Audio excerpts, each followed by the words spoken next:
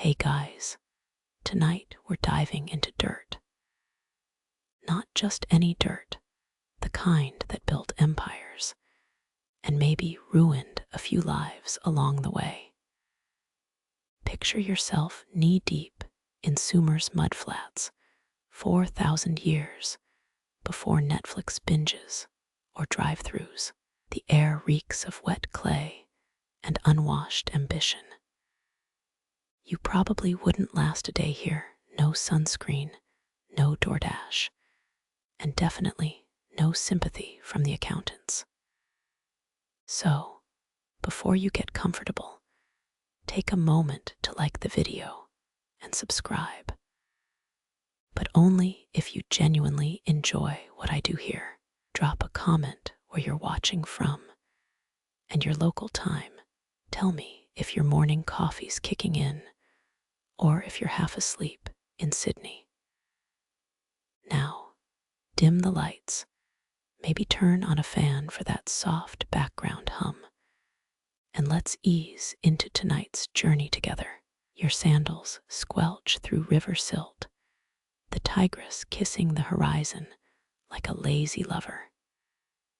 No coins here, no paper promises, just sun-baked plains stretching forever, and a problem. Crops fail, barley owed. How do you track who promised what when everyone's drunk on fermented dates? Cue the clay, not grand temples or golden idols, just damp earth shaped by calloused fingers. Farmers press thumb-sized tokens, lumps for sheep, discs for grain, cones for well. Historians still argue whether cones meant donkey or divine apology. Mainstream studies say it's livestock. Fringe theorists insist they're early-day apology coupons for cheating spouses. You decide. Here's the kicker. Archaeologists found these tokens buried in courtyards before writing existed, before please and thank you, before pants. That's right, Sumerians invented debt tracking while going commando under their kilts. Priorities. You kneel beside a workshop. A kid rolls clay balls while his mom mutters numbers. Each token hardens in the sun, smaller than a gumdrop. No two exactly alike. A sphere with cross-hatching. That's Urnammu's wheat debt. A flattened disc punched with reed marks. Lady Shubad's promise of 6 goats. Lose that disc, and you're hauling livestock till your back cracks. But wait, nobody tells you the clay's secret ingredient. River mud, sure, but local legends whisper about crushed oyster shells and extinct ox saliva.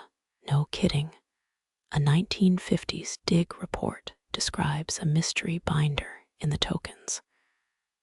Modern labs can't replicate it. Some say it's bull spit. Others blame fermented barley glue.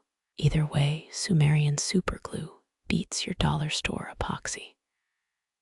You pocket a token cool against your palm, smoother than iPhone glass.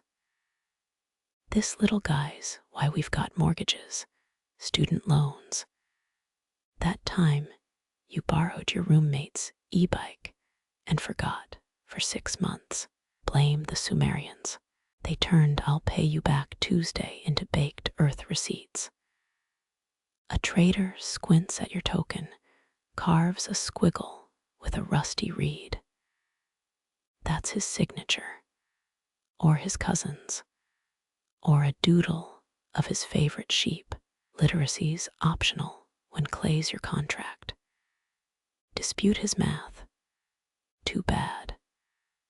The temple enforcers prefer broken kneecaps over broken promises.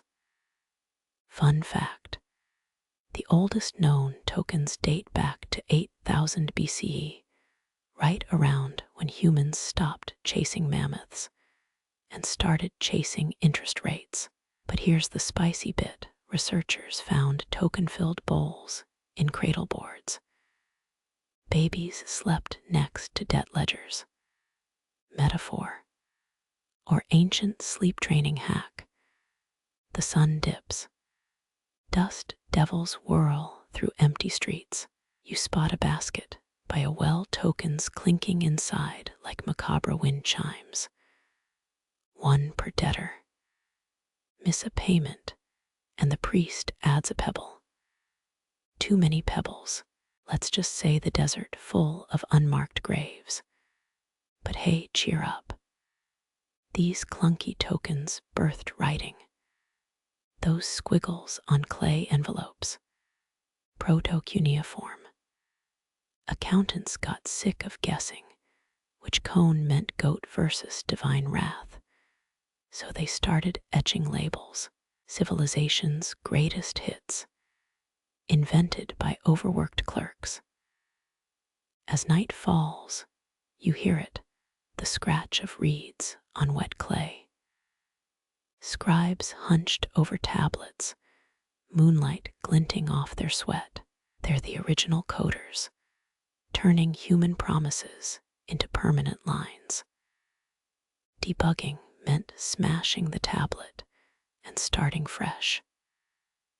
Imagine if GitHub worked that way. You lean against a mud brick wall, still warm from the day's heat. A drunk merchant stumbles by, clutching a token shaped like is that a turtle? Nobody knows. Maybe he's paying off a bet. Maybe it's an ancient meme. Either way, the moon watches, same as it did when debt was young, and clay held the world together. Sleep tight. You stand ankle deep in a wheat field gone wrong, stalks stunted, heads empty as broken promises. Third bad harvest. That's when the whispers start. Neighbors eye your last basket of barley like jackals circling wounded prey. 4 measures owed, grunts a farmer with sun-cracked lips, his palm etching notches into a shriveled husk. Early IOUs weren't clay tablets, but plant fiber, future debts, scratched onto whatever wouldn't blow away. Imagine scribbling IOUs on corn husks during a dust storm. Proto-accountants lost half their records to the wind.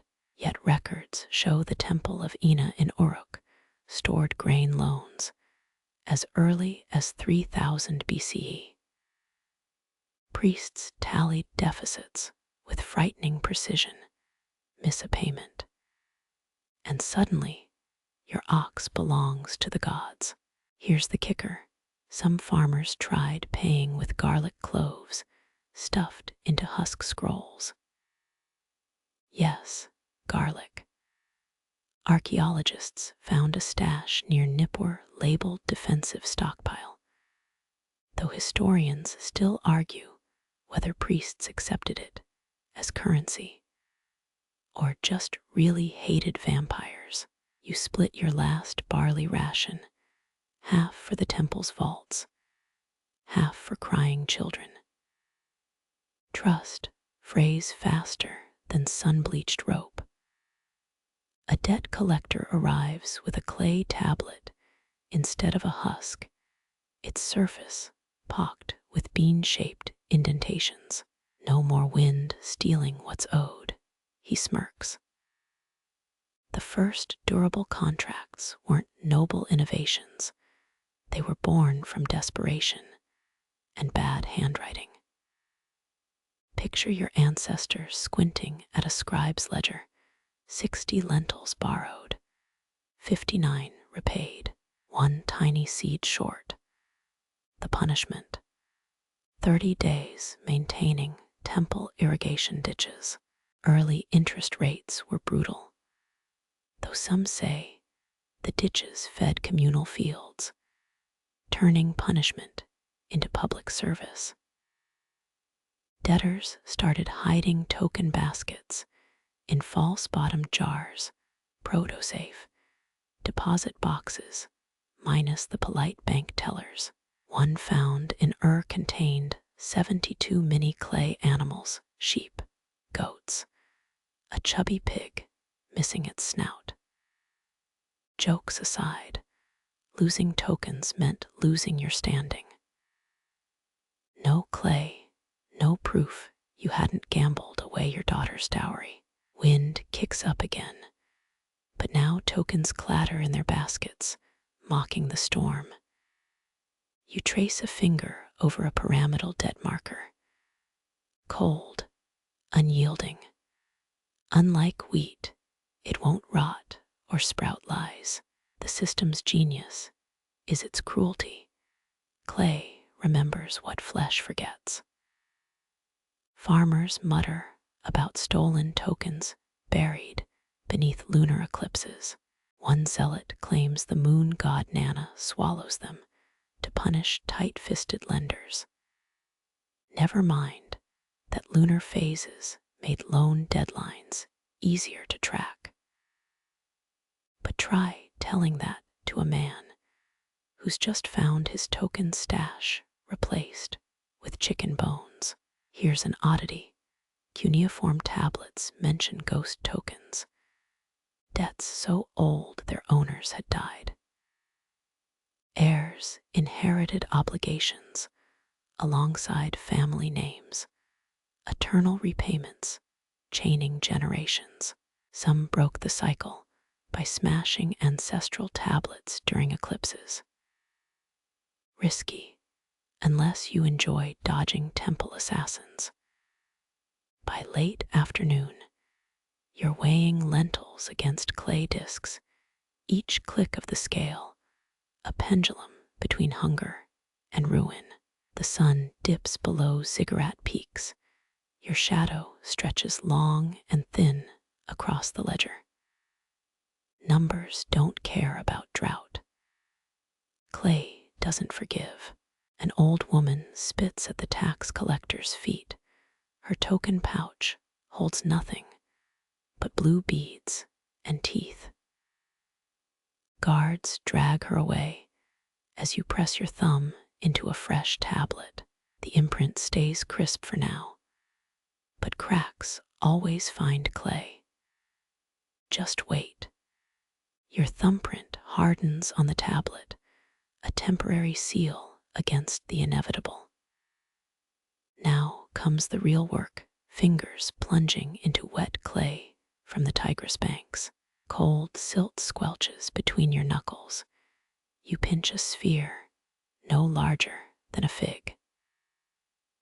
3,000 years later, the Louvre will display twins to this lump as the first complex accounting system. Does that make you an artist or a bookkeeper? Farmers call them silent sheep, these clay blobs representing borrowed livestock. Roll one between palms, smooth as a river stone. Drop it into a basket with 19 others. Each clink sings, "You still owe us." Cones mean grain, discs mean days of labor. A cylinder, that's temple wine, sacred and expensive. Forget words, geometry's your contract now. Over 4,000 of these tokens now sleep in the Louvre's vaults, most dug up near Susa. Mainstream history loves that part. What they skip, the cuneiform complaint tablet found nearby. A merchant whining about a goat token that looked more like a drunk frog. Quality control issues aren't a modern invention. Speaking of weird, diggers near Kish found a token shaped like the Pleiades cluster.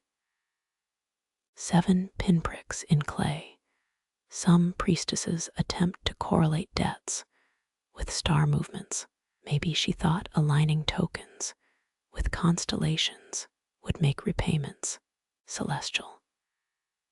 Spoiler, the harvest still failed. Here's where it gets juicy. Archaeologists still bicker, were these shapes strictly regulated, or did each town play by its own rules? Find a disk in Ur, and it meant barley. Find that same disk in Lagash. Suddenly, it's a slave's work week. Try explaining that mix-up to a spear-wielding tax collector. You press a cone into wet clay 1 bushel ode. The sun bakes it stiff before you can blink. No erasing, no takebacks. That's the point. Remember those husk IOUs that flew away? Tokens stay. They outlive droughts, wars, your dumb cousin's borrowing spree. Work fast. The clay skins over quick. Make a sphere too lumpy, and some scribal reject it for irregularity. Saw a guy once, Nintu, sweet kid, try paying with oval tokens he called improvements. They broke his fingers. Harsh, sure, but currency needs standards, even if those standards involve bone-snapping enforcers. Ever seen a tetrahedron token? 4 triangular faces, each angle exact. Meant for counting temple offerings. Get 1 degree wrong, and priests claim you've insulted Enki's mathematical purity. Never mind that half those holy men couldn't solve a riddle if it bit their sandals. Tokens pile up your baskets, a zoo of geometric guilt. A pyramid for wool. A crescent for moonlight labor shifts. That claw-shaped one, best not to ask. Point is, every debt's got its own skeleton. You could rebuild a man's entire life from these tiny tombs. Whispers drift from the kiln workers, firing tokens to indestructibility. 1 misshapen piece cracks loud as a snapped bone. They'll toss it into the discard pit, home of financial failures. Come back tomorrow. That shard's already been pocketed by a hopeful counterfeiter. Ever wonder why tokens avoided human shapes? Too obvious. A clay man could mean a slave, a soldier, your dead father's ghost debt. Better to keep it abstract. Let's lenders adjust the math mid-swipe. That cone you thought was barley. Actually, it's your youngest son. Oops. Dust swirls as you lug tokens to the archives, each jar a grave for dead promises. Seals get pressed. Prayers get muttered. But here's the thing historians miss, the smell. Wet clay, acrid ash, sweat soaking into linen. Breathe deep, that's the scent of civilization's ledger. As night falls, you spot a kid etching tokens with tooth marks his signature. Cute, until the guards drag him off. They'll make him swallow the evidence. In Sumer, even rebellion gets digested. Your hands ache, another 50 tokens molded by midnight. Dip them in the river watch water bead on fired clay. They'll sink if dropped. Floaters are fakes. Simple physics as law enforcement. Try scamming a merchant with pumice tokens.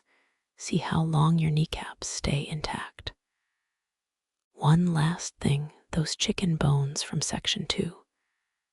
Turns out they were tokens too. Subversive, but brilliant. Avian femurs scored with ownership markings. An early black market currency. Banned, of course. Nothing threatens power like poultry-based economics. Dawn finds you snoozing against a token jar your cheek, branded with pyramidal indentations. In distant Susa, a scholar will someday trace those same shapes. She'll call them the dawn of financial abstraction. You'd call it a backache, and 60 years of indentured dread. Sunrise stings your eyes, cheek still pressed against the cold token jar. Your breath fogs the clay, each indention a fossilized yawn. Guards kick your ribs move. The basket of debt tokens sways as you lift it, geometric gilt clattering like dried teeth. Mainstream museums will call these containers protobank vaults. Forget iron locks. Sumerian accountants used something meaner, basket linings soaked in rat poison. Touch the reeds without gloves, and your palms bled for days. Theft deterrents, ancient Near East style. Inside lurk tokens you molded yesterday, spheres for sheep, pyramids for wool. Now they're someone else's burden. Storage clerks take the basket, their fingers gloved in vulture leather. They'll sort tokens into dolphin gut sacks hung from ceiling hooks. Why dolphin? Priests claimed river gods hated the smell. Here's the kicker. Modern digs found baskets with token dregs and traces of cannabis resin. Some scholars' paper argues accountants got high while counting. Sumerian spreadsheet jockeys needed downtime too. The journals roasted him, but you've seen those glaze-eyed clerks. Each token's destiny is a hole in a clay envelope, those bulbous containers from Section 5. For now, they're exposed, vulnerable. Lose one sphere, and Zimrilim's gonna demand your daughter as collateral. She's 6, good at math already, though that won't save her. Watching clerks tally tokens feels like counting stars, pointless and endless. They use a trick, dropping pebbles into a bronze dish for every 10 tokens. Shoulders tense when counts wobble.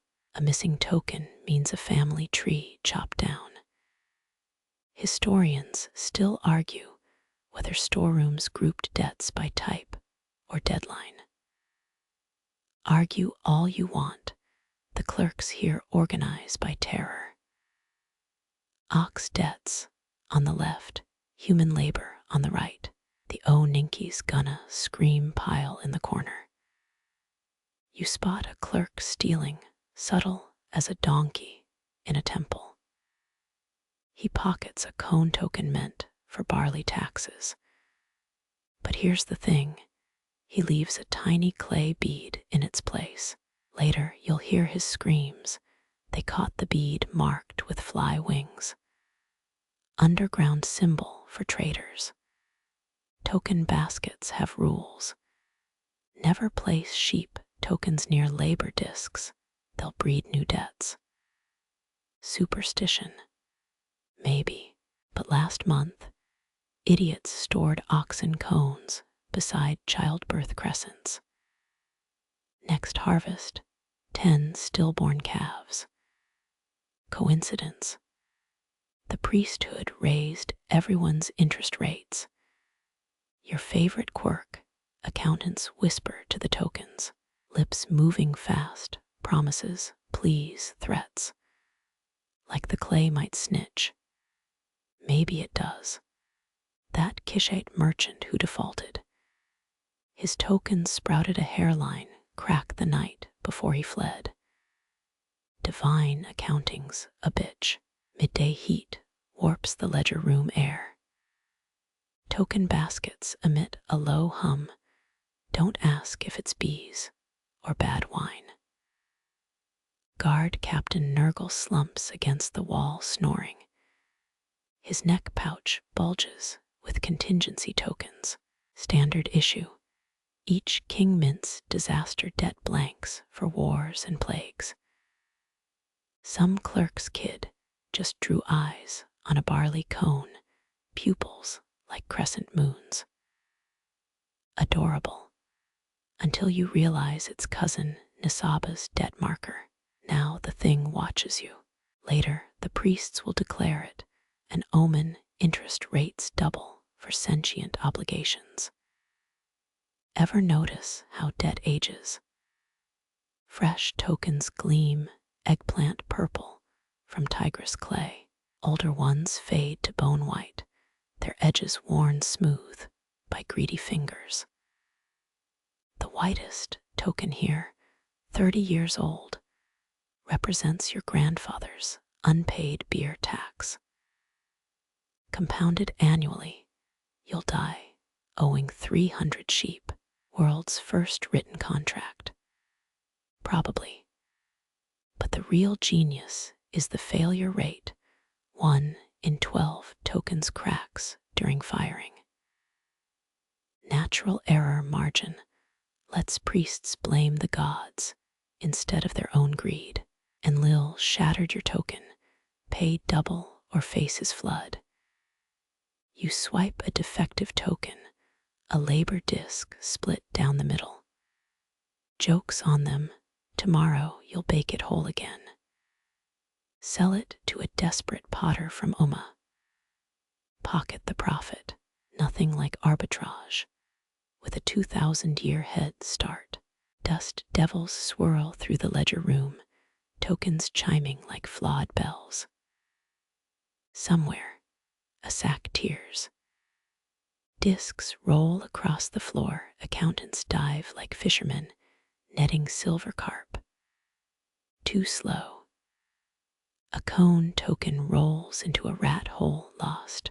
5 minutes later, a scribe announces mandatory hand amputations. Start with the left. Moonrise finds you hiding in the discard pit, shards of bad tokens beneath your knees. Your stolen cone token glints in the starlight. Etch a tiny bird on its face, your daughter's name sign. Drop it into the legitimate basket. Let them puzzle over that lineage. When archaeologists unearth this room millennia later, they'll find your bird-marked token, publish papers about avian deity votives, build theories of sacred tax rituals. They'll miss the truth, a father's love, written in loopholes and theft. Your knuckles brush a basket's poison-lined rim. Skin blisters, tomorrow's problem. For now, walk home. Count stars. Pretend they're tokens you don't owe.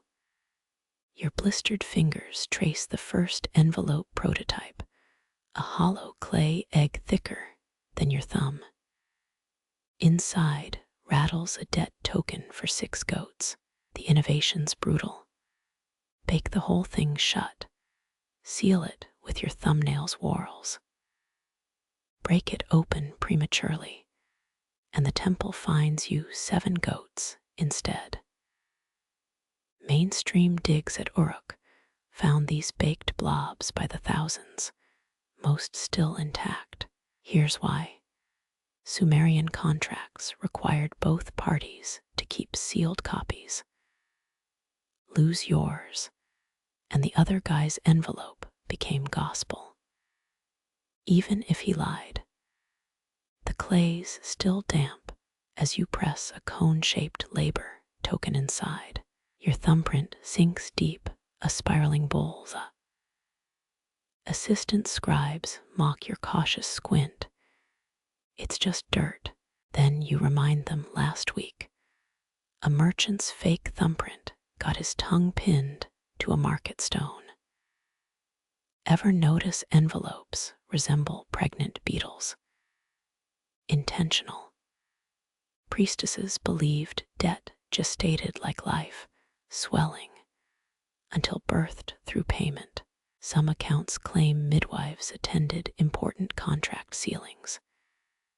Historians still argue whether that's metaphor or malpractice. Your kiln cracks 3 envelopes out of 10. No matter, the fragments become tax receipts. Genius right. Turn a 30% failure rate into profit. Later empires would kill for that accounting trick, and eventually did. Watch a clerk lick a fresh seal. His tongue swells purple. The clay mixes secret ingredient, crushed goat hooves. Seems scribes added them after a thief replicated thumbprints using date syrup. Now, any forged seal tastes like a barnyard. Dawn reveals a disaster. Termites devoured 12 envelopes overnight. Their papery husks litter the floor like snake skins. High Priestess Nupla's screaming shakes the vault. Empty tokens mean empty bellies. She orders the termites tried for theft. Their clay effigy still smolders in the punishment pit. Here's a ritual no museum mentions: the breath binding. Before sealing, debtors exhale into the envelope, trapping their spirit's imprint alongside the token. Default, and priests release the breath as a curse. Modern chemists found residual carbon dioxide in some seals, or maybe just ancient bad breath. Your first successful envelope feels warm, almost alive. You roll it toward the audit basket. It wobbles, rights itself, ominous, but the ledger master nods. Later, you'll hear whispers. Perfect spheres mean the debtor's doomed. Should dented it with a pinky. War changes everything. Raiders sack the north suddenly. Everyone's sealing inheritance, tokens inside envelopes. Empty, of course. Grieving families crack them open post-funeral, a loophole to erase the dead's debts. Clever till the temple demands double from their grandchildren. Midday, a miracle. Farmer Urgula brings 7 envelopes, all unsealed. Clay's too cursed to hold. He wails. Inspection reveals the truth. His thumbprints are smoother than a royal bathstone. Chronic laziness saved 7 families from his incompetence. The priestesses promote him to divine hand model. You're assigned to the bankruptcy quarter, where debtors smash their envelopes publicly. Most miss. Hammers glance off the baked clay, sparking screams. Smart ones soak envelopes in donkey urine overnight. Weakens the structure, a tactic still whispered in tax evasion forums today. Find an envelope stamped with twin thumbprints, lovers pact, or forgery. You hide it under a basket. 3 days later, the dancer Shubet accuses her twin sister of identity theft. The court rules in favor of whoever the priestesses find prettier.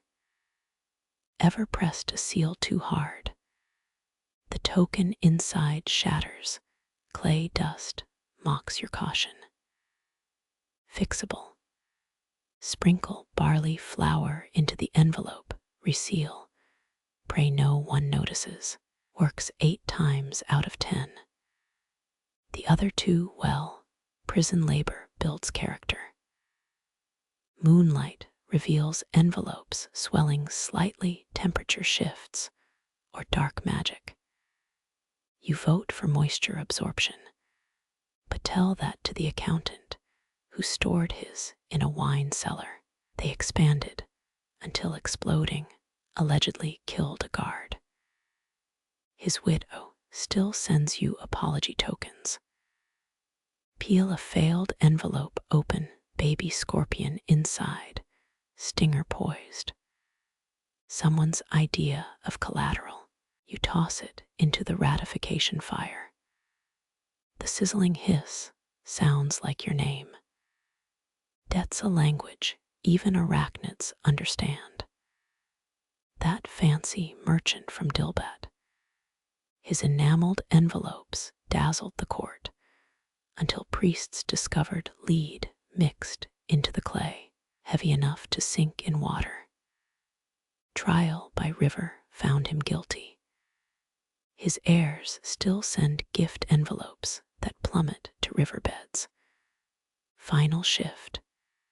You pocket a flawed envelope, paper-thin wall near the seal. Child's play to replicate the thumbprint with a reed stamp. Tomorrow, you'll swap the fake for your daughter's labor token. Let the kiln gods sort it out. Centuries later, scholars will x-ray these clay lumps, marvel at the tokens within. Write dissertations on Sumerian contract law. Never grasp the true purpose. Make betrayal as permanent as baked earth. The air tastes like baked brick. Your sandals stick to temple steps, oozing tar in the heat. Below, fields crack into hexagonal patterns, nature's own cuneiform. Droughts here, and the priests are cashing in. Linnate's 7 tokens remain unburied. A deacon hisses, dangling a clay sphere over a ledger. You nod, defaulters. Debts get baked into curse tablets now. Press your thumb into the soft surface. Leave grooves deeper than necessary. Sympathy's a luxury when the Euphrates sinks daily. Mainstream history loves the Code of Ur-Nammu, oldest law book ever found. Funny thing, 40% of its judgments involve barley debts. Guess some problems are forever. Your chisel etches Linnate's punishment. May his wells rise upside down. His wives bear scorpions. Harsh, but standard. Fringe archaeologists found similar curses fired into bricks at Ur, still radioactive with spite after 4 millennia. The kiln devours the tablet. Rumor says priests add powdered lapis to curse clay, makes it sparkle in moonlight. Practical reason. Stops birds stealing tablets for nest glitter. Farmers bring rain tokens, clay discs shaped like teardrops. Deposit 1, get 3 days grace. Simple, unless you're the guy who carved his tokens from dried camel dung. Didn't end well. 3 priestesses whirl past, robes flapping like vulture wings. They're headed to the debtor's field. Defaulters must bury their own cursed tablets upside down. A symbolic reversal. A toddler could tell you. Symbolism doesn't refill reservoirs. Historians still argue whether these curses were theater or theology. You've seen both. Last week, a woman swallowed her husband's tablet to contain the evil. Medics fished it out, along with a copper bracelet she'd misplaced. Sunset paints the ziggurat blood red. You climb to the offering ledge, stack cursed tablets like bricks. Below, farmers beat the ground with reed bundles, their rhythms off. Drought saps even the music from them. Find a half-finished tablet in the scribe kit. Someone etched a tiny sheep into the curse. Amateur move. Sheep mean innocence. Now the gods might redirect the curse. You toss it. Let jackals solve the riddle. Midnight audit. Storage room 12 reeks of wet ash. A leaked prayer flooded the chamber. Now 600 tablets sprout moss. High priest's verdict. Let the earth claim them early. Smart. Mushrooms make terrible plaintiffs. That traveling merchant from Eridu's back claims his cursed tablet summoned locusts on arrival. You point out locusts devoured his own fields too. He blames interference patterns in the clay. You blame poor aim. Dawn brings a miracle. Actual rain. Farmers dance in the mud. Children scoop it into jars. You don't celebrate. Check Linnate's farm first. His tokens still float in the reservoir. Priests will confiscate his daughters by noon. A widow thrusts a token at you carved from tombstone fragments. Her husband's debts died with him, she argues. You show her the clause. Marriage melts 2 debts into one.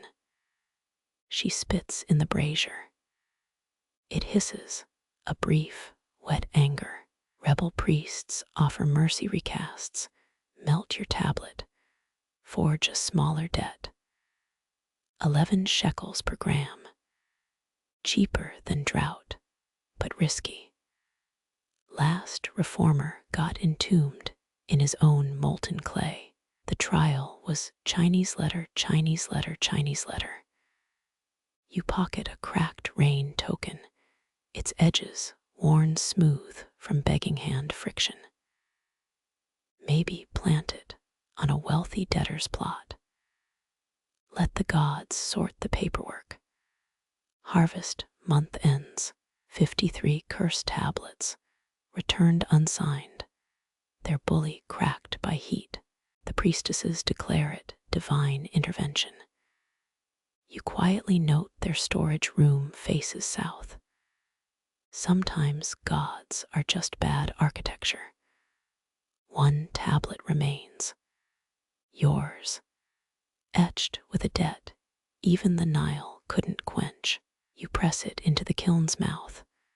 Let the flames translate wrath into light. The coals whisper a truth. Civilizations built on borrowed time and baked earth. The river's current licks your raft, reed bundles, protesting under Akkadian wine jars. Your cargo. 3 clay spheres hidden in a linen belt. Each ridge and groove screams Sumer.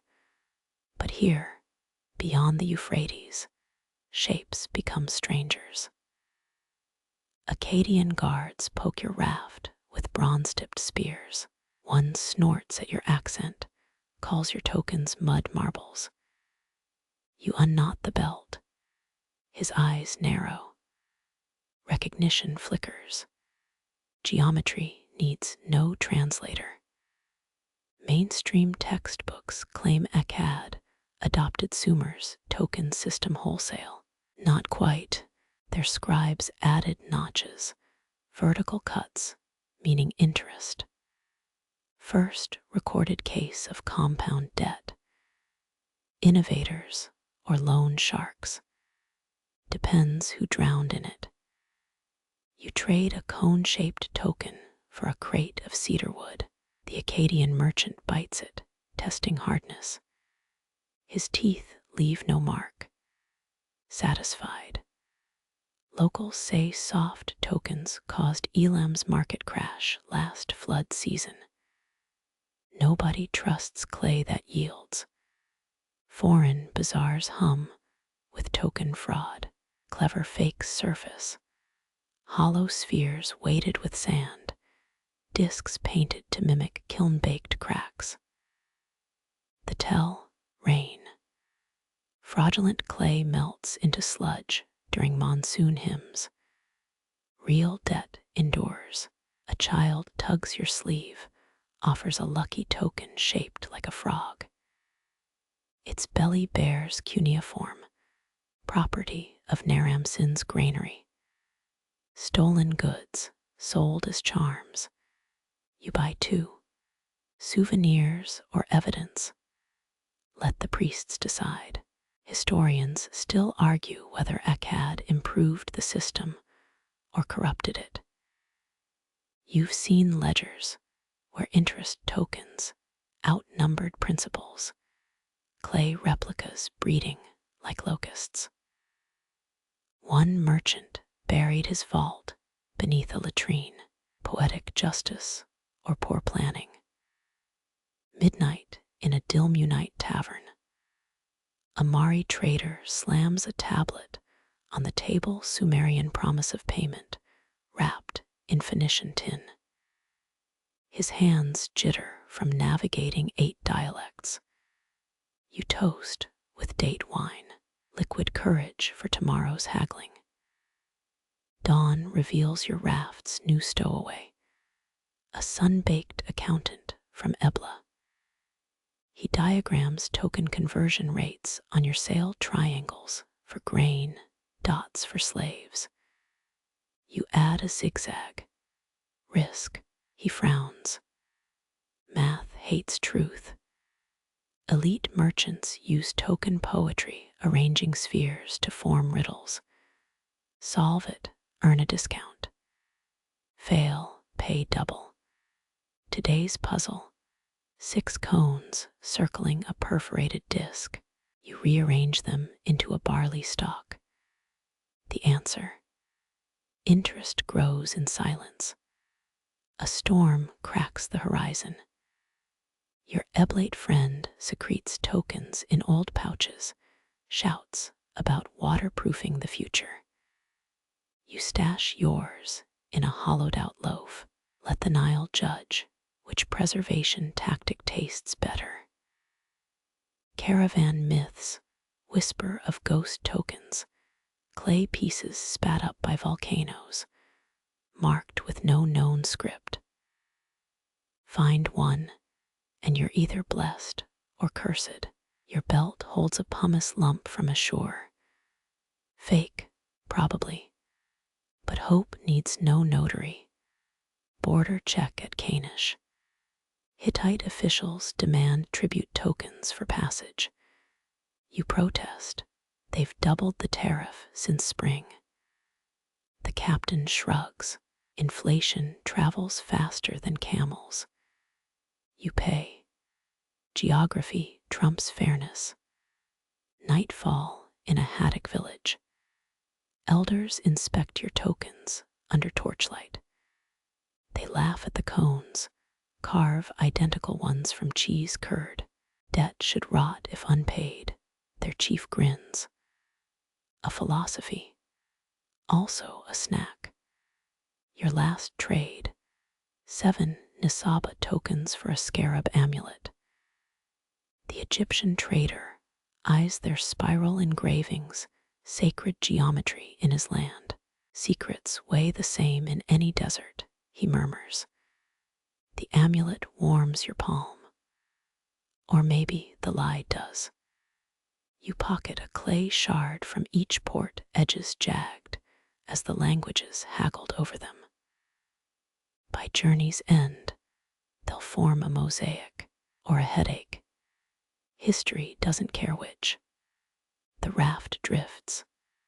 Somewhere downstream, a king counts his tokens and misses one. Your sandals crunch over broken tablets outside Nippur's scriptorium, clay shards sharp as a tax collector's smile. Inside, a novice etches a barley receipt. His reed stylus wobbles. The headless man glyph looks more like a chicken. His master sighs. Education via humiliation. Scribes don't just write, they weaponize grammar. That marriage contract you witnessed. The terms favored the bride's father because the verb sat 2 fingerwidths left. Syntax as sniper scope. Every clause a clay nail hammered into fate. Mainstream history. loves those pristine temple tablets, the ones declaring kings' victories. But peek under the podium. CRUMBLED, Chinese letter tablets litter the floor. Trainees practicing crop yields on recycled divorce decrees. Even then, bureaucracy ate its young. Your guide, a Chinese letter-tied apprentice, shows you ghost tablets. After baking, some texts mysteriously gain extra strokes. Divinations turn into grocery lists. The cause: rats nibbling wet clay or drunk scribes. The workshop blames vengeful spirits. You blame cheap beer rations. Historians still argue whether scribes recorded reality or edited it. That famine ledger, see this smudged line where deaths became voluntary offerings. The eraser's ghost lingers. Truth curdles fastest in temple basements. Midday heat warps the air. You watch a senior scribe debrief a caravan guard. The man stammers his report. The scribe's stylus dances, transforming bandit ambush into unplanned inventory redistribution. Euphemisms. Civilization's first tax shelter. Women scribes exist, scroll to the epilogue. Temple proverbs whisper of Ninkursag's daughters, who tallied moon phases in one column and misbehaving priests in another. Their tablets, lost, their legacy, sand between the lines. Sunset stains the archive's crimson. You run a finger over a lone tablet, faded but legible. The borrower's name outlived his city. The interest rate survived his gods. Ink beats blood in the longevity Olympics. A bee lands on your wax tablet, an apprentice's prank. Their laughter fades when you carve the incident into a mock invoice. Apiary trespass fine, 1 amphora of honey. Justice tastes sweetest in ledger form.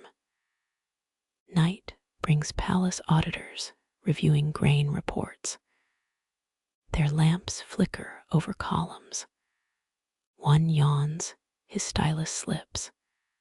A surplus becomes a deficit. Tomorrow, some farmer will face a surplus of questions. Sulfur and regret await. Morning reveals crude doodles on a ration list.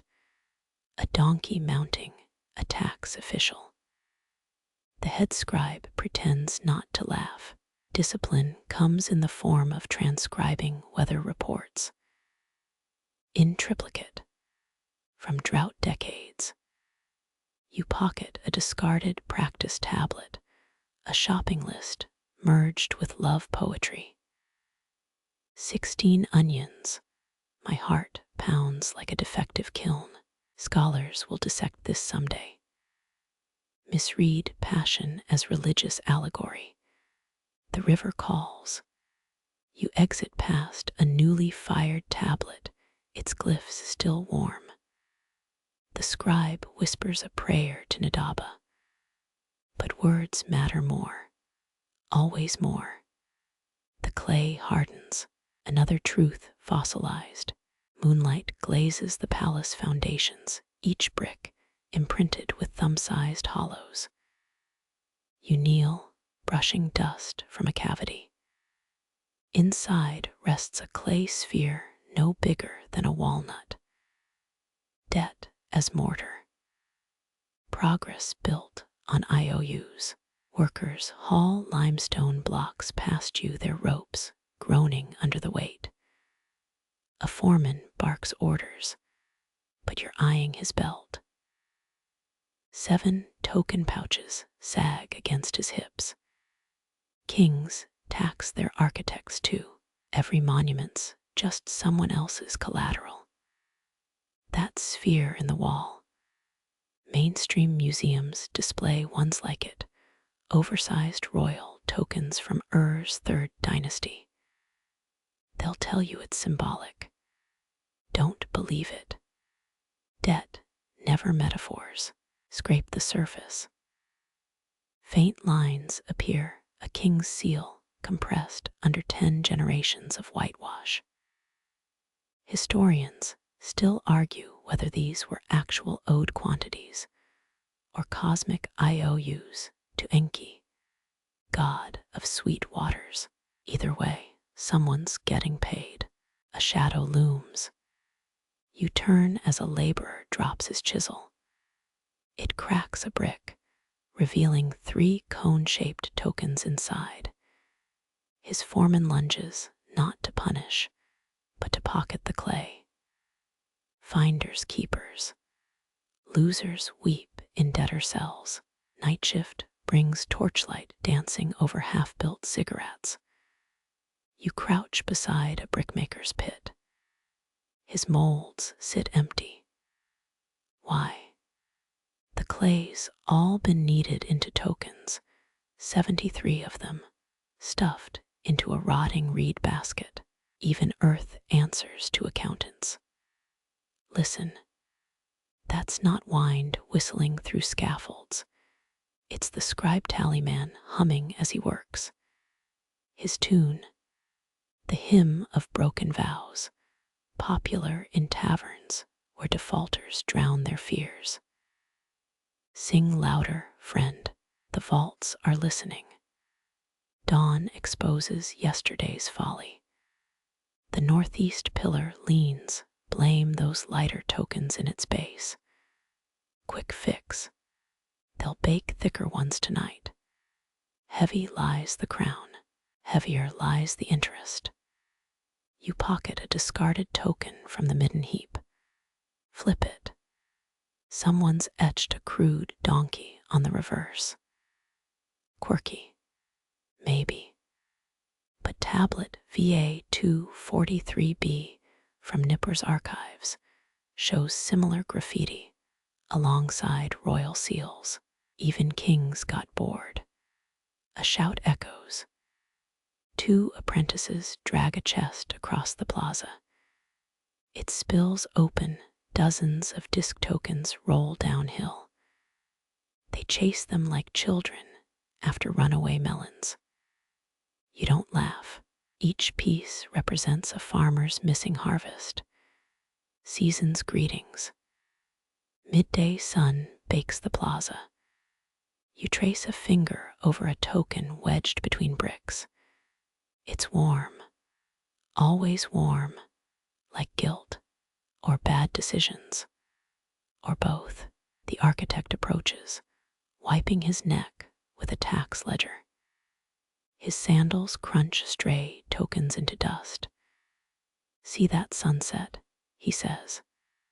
Same color as kiln fires melting overdue promises. Poets would weep.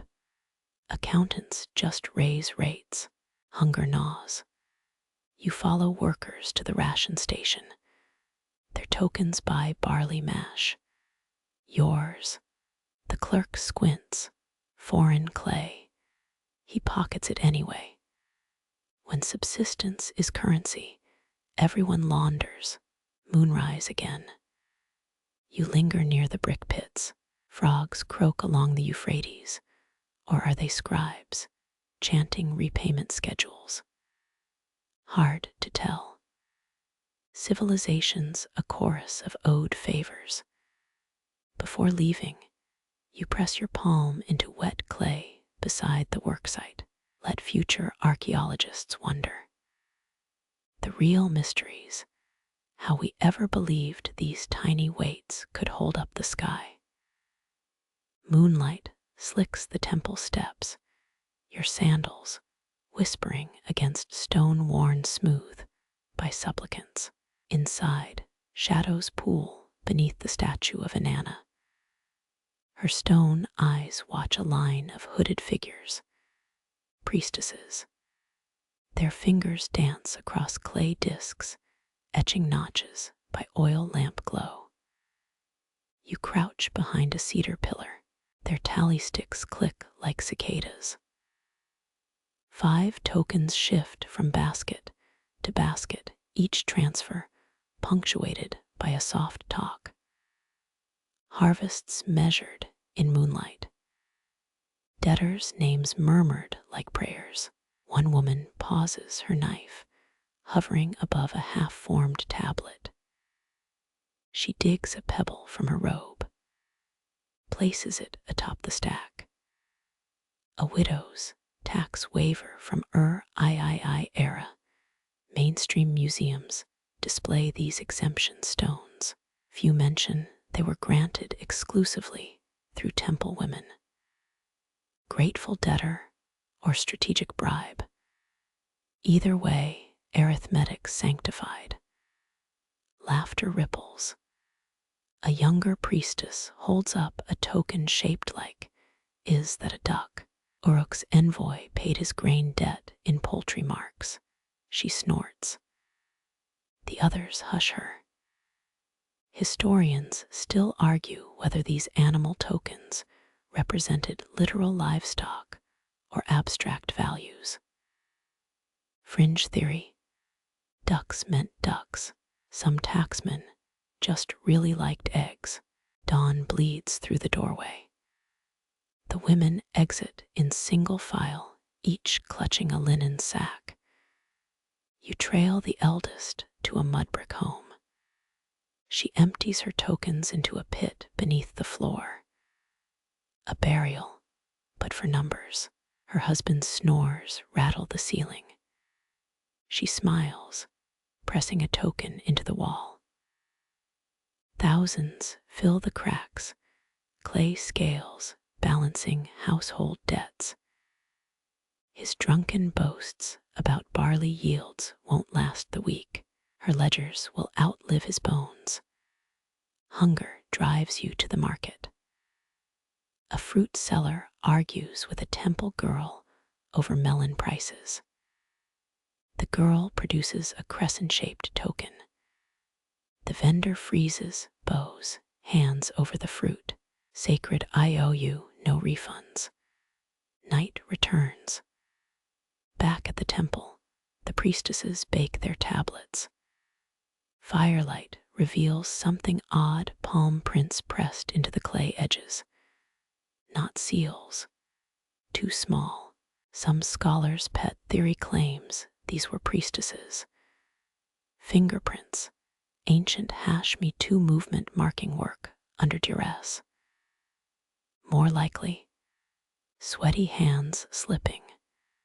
Mysteries, the marmalade of academia. Crickets chant. You pocket a shard from the kiln heap, a fragment showing half a duck token. Centuries later, archivists will call this financial iconography. Right now, it's just a woman's exhausted joke at midnight. Frogs croak along the canal. You dip your stolen shard into the water, ripples warping the duck's beak into a smirk. Debt doesn't drown. It adapts. Morning sun bakes your stolen shard dry. The duck's smirk now fixed in eternity. You follow the canal's curve to a dockside market. Soldiers cluster around a cloth-draped table. Their spears gleam. Their tablets gleam sharper. A farmer drags forward 9 bleeding goats. The captain counts with disinterested precision. Stamp, stamp, stamp. 9 clay discs, dented with hoof symbols. Mainstream museums love these livestock tokens. None display the blood flecks. Your son, the captain barks. A boy of 14 steps forward, eyes downcast. 10 tokens clink into the soldier's palm. Labor taxes paid in human increments. Scrolls from Nippur confirm this practice. though historians still argue whether the age cutoff was 12 summers or 15. The boy's mother weeps into her shawl. Arithmetic offers no tissues. You duck behind a spice cart as a merchant argues over melon tariffs. 2 tokens per crate. A scribe insists. Since when? The merchant growls. The scribe unrolls a tablet, columns of numbers marching like ants. Since sunrise. A child tugs your sleeve. She opens her palm, a sheep-shaped token glazed blue. Found it in the midden, she whispers. Fringe theorists claim these were literal animal stand-ins, shepherds swapping clay sheep for real ones during audits. More likely, a tax collector's lost gambling chip. You trade her a date for the trinket, profit through petty archaeology. Across the square, a debtor kneels before the garrison. His tokens spill from a shattered jar, too few, too late. Soldiers loop rope around his wrists. His wife hurls a clay disc at their helmets. It shatters. That was next season's. She screams. Laughter follows the arrested. Sunset finds you at a tavern. A drunk tax clerk slurs secrets over beer dregs. Token for a chicken, token for a well, token for stitching a wound. His finger traces circles on the table. Even dream taxes, if the priest says your nightmare disturbed the gods. You glance at the barkeep. He shrugs. He's not wrong. Had to pay 3 tokens last moon, dreamt a donkey sang obscenities. Night falls. You slip into the tax office's archives, stacks of tablets reaching the ceiling. Your finger brushes a phrase. 1 vessel of honey, half token rebate if bees are deemed impure. Bureaucracy's birthplace, and already coupon scams. A rat scuttles over a broken token. You pocket the fragment, edges sharp enough to draw blood. Somewhere, a scribe is tallying tonight's arrests. The numbers won't mention the boy's trembling hands, the widow's thrown clay. Only symbols, only sums. Dawn's first light hits the canal. You drop the sheep token into the water, watch it sink where the duck shard still grins. Ripples carry the math forward. A goat bleats in the distance. A child counts its steps. The canal's ripples still dance where your token sank, but downstream, shadows move. A barge scrapes against the dock. Its hull low with cargo, no sailor declares. You smell burnt clay before seeing the market stall. Rows of tokens gleaming too perfectly. Guaranteed, court approved. The potter croaks. His fingers are stained with mud from the Euphrates. Third bend, mainstream historians will later trace his clay to British museum relics. All labels reading provenance unknown. A merchant tests a token's edge on her forearm, leaves a red welt. Give me 30, she mutters. The potter hesitates. They bake softer than real ones, crumble faster too. You smirk. Forgers always skimp on kiln time. Ancient receipts from prove it. Mud bricks fired on reed mats, disintegrated by monsoon season. 3 boys dart past, pockets jingling. A guard grabs the smallest, turns his tunic inside out. Clay discs rain down, half melted and blobby. The crowd jeers.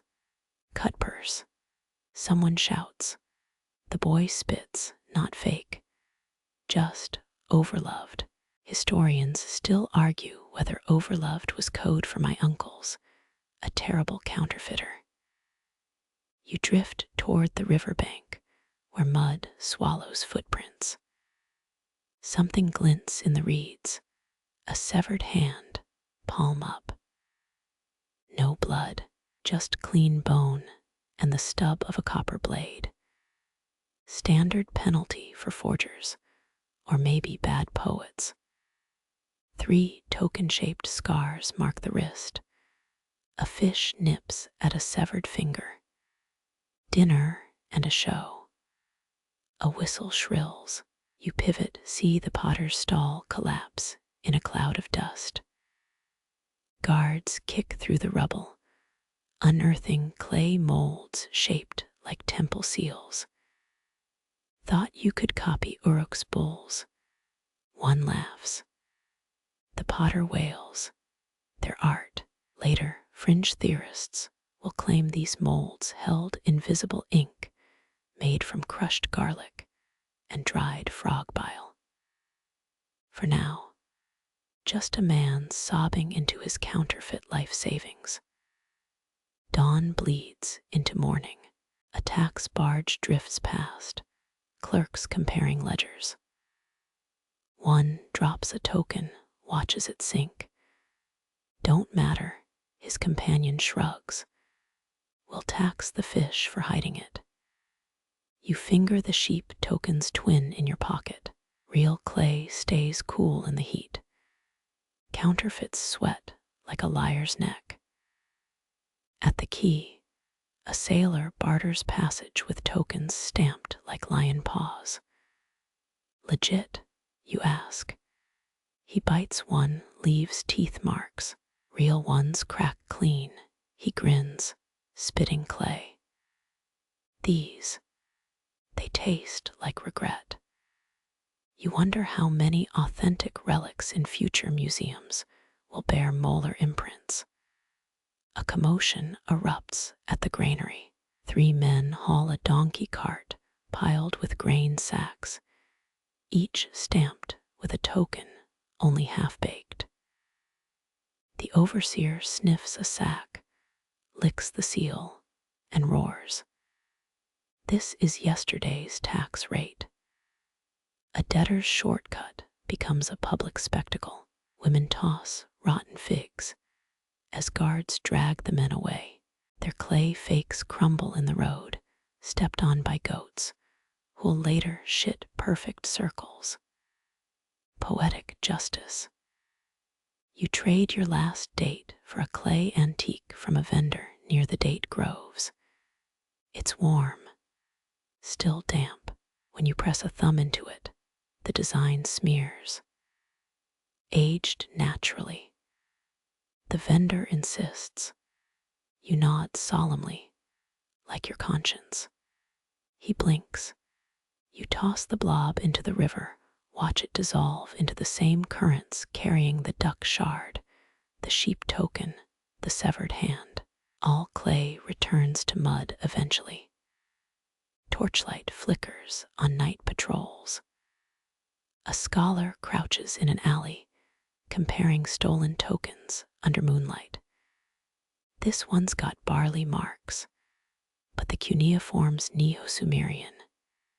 He whispers, his hands shake, either from excitement or the knowledge that getting caught means losing more than his collection. Somewhere beyond the city walls, a kiln glows. Workers stack clay discs, each identical, each destined to fail. The master forger hums as he carves a governor's seal. Doesn't notice the boy slipping 2 tokens into his sandal. Doesn't care. Profit margins forgive most sins. You wake at dawn to drums. A line of prisoners shuffles past forgers, thieves, a baker who undersalted the tax office's bread. The crowd chants numbers, not names. 23, 47, 12. The math punishes faster than any blade. Your sandal cracks a half-baked token in the road. You kneel, pretending to tie a lace, palming the shard. It's lighter than hope, colder than old debt. Across the embankment, the potter's son rebuilds the family stall. He doesn't look up as you drop the shard into his clay pile. Some truths don't need firing to harden. The desert wind steals your sandal's print before it forms, blowing grit into every crevice. You hike your linen wrap higher. Smart move. That merchant sweating beside his camel. Guards'll strip search him first. Nobody trusts a man who flinches at his own shadow. Your own cargo stays hidden, tokens stitched between fabric layers. First rule of desert trade. Sweat stains hide more than shame. A camel groans, its breath reeking of fermented dates. Its rider unfurls a linen sleeve. 3 tokens per waterskin, he rasps. You spot Akkadian symbols embroidered on the fabric dots, and dashes only accountants decode. Mainstream historians'll later find such strips in the British Museum, labeled decorative fringe. Fools, these were spreadsheets before papyrus caught on. Firewall against sand and tax collectors. You press a thumb into the man's palm, feel 4 token bumps beneath the cloth. His eyes narrow. 5 skins, you counter. He spits. The glob sizzles on hot sand. 4, and I don't tell the guard about your linen leaks. Clever. Those stains on your shoulder aren't sweat, they're token shapes bleeding through fabric. Ancient Tylenol ad. Got clay stains. Try camel urine. Nightfall brings cold. You huddle at a caravan campfire. Watch a trader unravel her shawl. 30 tokens clink out. The firelight dances on their seals. 1 bears the mark of Lagesh's grain silos. City's been dust for decades. Family heirloom, she smirks. Funny how heirloom means stolen during the siege. A guard stomps over, stabs his spear into the sand. Any of you got unmarked linens? Everyone shakes their heads. Lies puff into the frosty air. He grabs a merchant's scarf, shakes it. A token drops. Knew it. He crows. The merchant wails. That's my sister's dowry. The guard snorts. Tell it to the scorpion pit. Fringe theorists later claimed scorpion pits were just bad latrines. Tonight, the scream sounds real enough. Morning reveals a corpse in the dunes, face gnawed by beetles. You recognize the scarf. 3 tokens remain in its folds. Mercy. Historians still argue whether caravan mercy meant leave some tokens or don't eat the whole face. The sun bleaches your thoughts. A child offers dates, palm upturned. No coins, just a token sewn into his sleeve's hem. Smart kid. You take 2 dates, leave half a token. His grin says he'll resell the ceramic shard as a votive offering. Capitalism's cradle rocked hard. Your water runs sour. A well appears guarded by a stone idol missing its nose. The priest demands tokens. You show linen codes. He scowls. New tax. 5 tokens for using your eyes. You laugh, regret it instantly. Thirsty humors a luxury. A sandstorm churns the horizon. Merchants scramble. You spot Samet, the forger, with onion breath, burrowing into his camel's saddlebags. His linens flutter open. White clay dust powders the air. Idiot, you hiss. Too late. The storm hits. Blinded, you crawl toward a rock outcrop. Someone's already there, a woman reciting numbers like prayers. 12 goats, 7 copper ingots, 3 daughters. Debt ledger or death mantra. The wind steals her voice. When the storm clears, 3 camels lie dead. Samet's corpse sits upright, eyes packed with sand, hands clutching a linen strip. His tokens are gone. The code's smudged. Without it, the cipher's just decoration. Poetic if you ignore the smell. Caravan traffic resumes like nothing happened. At the next oasis, a scholar pores over a rain-soaked ledger. This symbol, he mutters, should mean wheat, but it's crossed with interest. Political dissent, or drunken scribe.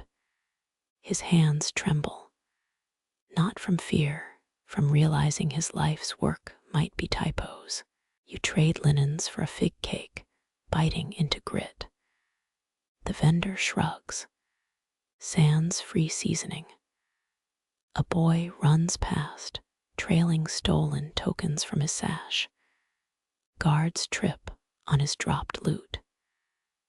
Karma's favorite joke. Clumsy thieves create honest work. Dusk finds you at a cliffside path. A smuggler gestures to his donkey's saddle, stuffed with linen rolls. Uruk's latest tax codes, he boasts. Break 'em, get rich. You unroll a strip. The cuneiform's flawless, except the 3 looks like 7. Deadly decimal drift. They find the donkey first, tokens spilling from its slit belly. The smuggler hangs from a rope a mile back. Vultures prefer jurisprudence over carrion debates. You reach the trading post at moonrise. A clerk examines your linens under lamplight. His stylus hovers. This symbol, wartime tax or birth tax. You hold your breath. He shrugs, stamps the clay. Approval tastes sweeter than stolen water. Camped beneath stars, you restitch tokens into a new sash. 1 shard pricks your thumb, the sheep token's twin. Irony's rich, authentic clay still bites. A trader's laugh echoes. Decoded Nippur's latest cipher. He crows, waving a linen scrap. The symbols glisten fresh ink. Too fresh. City seals take days to dry. Tomorrow's dunes will claim another optimist. Your fire dies. Somewhere east, a wolf howls, or maybe a guard imitating wolves to scare smugglers. Either way, you've outlived today's quota of close calls. Dawn shows a river ahead, water poisoned by a tannery upstream. A bargeman pulls past, humming. His cargo, clay discs wrapped in reed mats. The cycle continues, linens decay, clay endures. You toss your frayed sash into the current. It sinks like a shard of duck token, like Samet's empty eyes, like every promise ever made in desert dark. The river's greasy current tugs your discarded sash toward oblivion, its secrets dissolving like salt in broth. Upstream, the bargeman's load bobs, clay discs wrapped in reeds. You count them, 37, enough to buy a barley field or a coffin. Today's the type of heat that blurs the difference. A fish leaps, stomach bloated from tannery runoff. Its silver belly flashes a pattern, dots and dashes, mirroring Akkadian linen codes. Coincidence? Tell that to the priest who drowned last week, his ledger full of fish scale calculations. Historians will later find similar notes in the British Museum's archives, tagged ritual waste by interns who never smelled Euphrates rot. The trading post looms walls pockmarked by generations of slingstones. Guards wave you through, their eyes glazed by the noon glare. Smart. You've tucked fresh tokens into your headscarf sweatband. Pro tip: body odor's the best decryption shield. Inside, merchants hawk linen strips like carnival barkers. Uruk tax codes, half price after the flood. Two bad floods warp clay and truth. A spice seller grabs your elbow, his fingers tap your wrist, 3 quick presses. Coded. You counter with 2 taps. He frowns, unrolls a linen scrap. The symbols shimmer ink mixed with pulverized lappies. Luxury paranoia. 2 tokens for sardonic pepper, he whispers. You lean closer. The ink reeks of fermented lotus. Nippur's counterfeiters use the same stench. 3 tokens, you say, and you stop watering the pepper. His grin dies. Busted. He'd win an Oscar for offended innocence, if Oscars existed and moldy peppercorns could act. You move to a rug merchant's stall, patterns woven to mimic debt ledgers. Clever. UNESCO call this decorative geometry in 4,000 years. Right now, it's tax evasion with fringe benefits. The merchant flips a corner, reveals a token sewn into the stitching. Sargon's seal, hot commodity. Also a death warrant if caught. 5 tokens, she mouths. You raise 3 fingers. She spits in the dust, universal language for counteroffer. A patrol nears. She tosses the rug over the token. Guards pass, clueless. Sunset paints the plaza blood orange. A blind bard plucks a lyre, singing of tokenless lovers separated by administrative errors.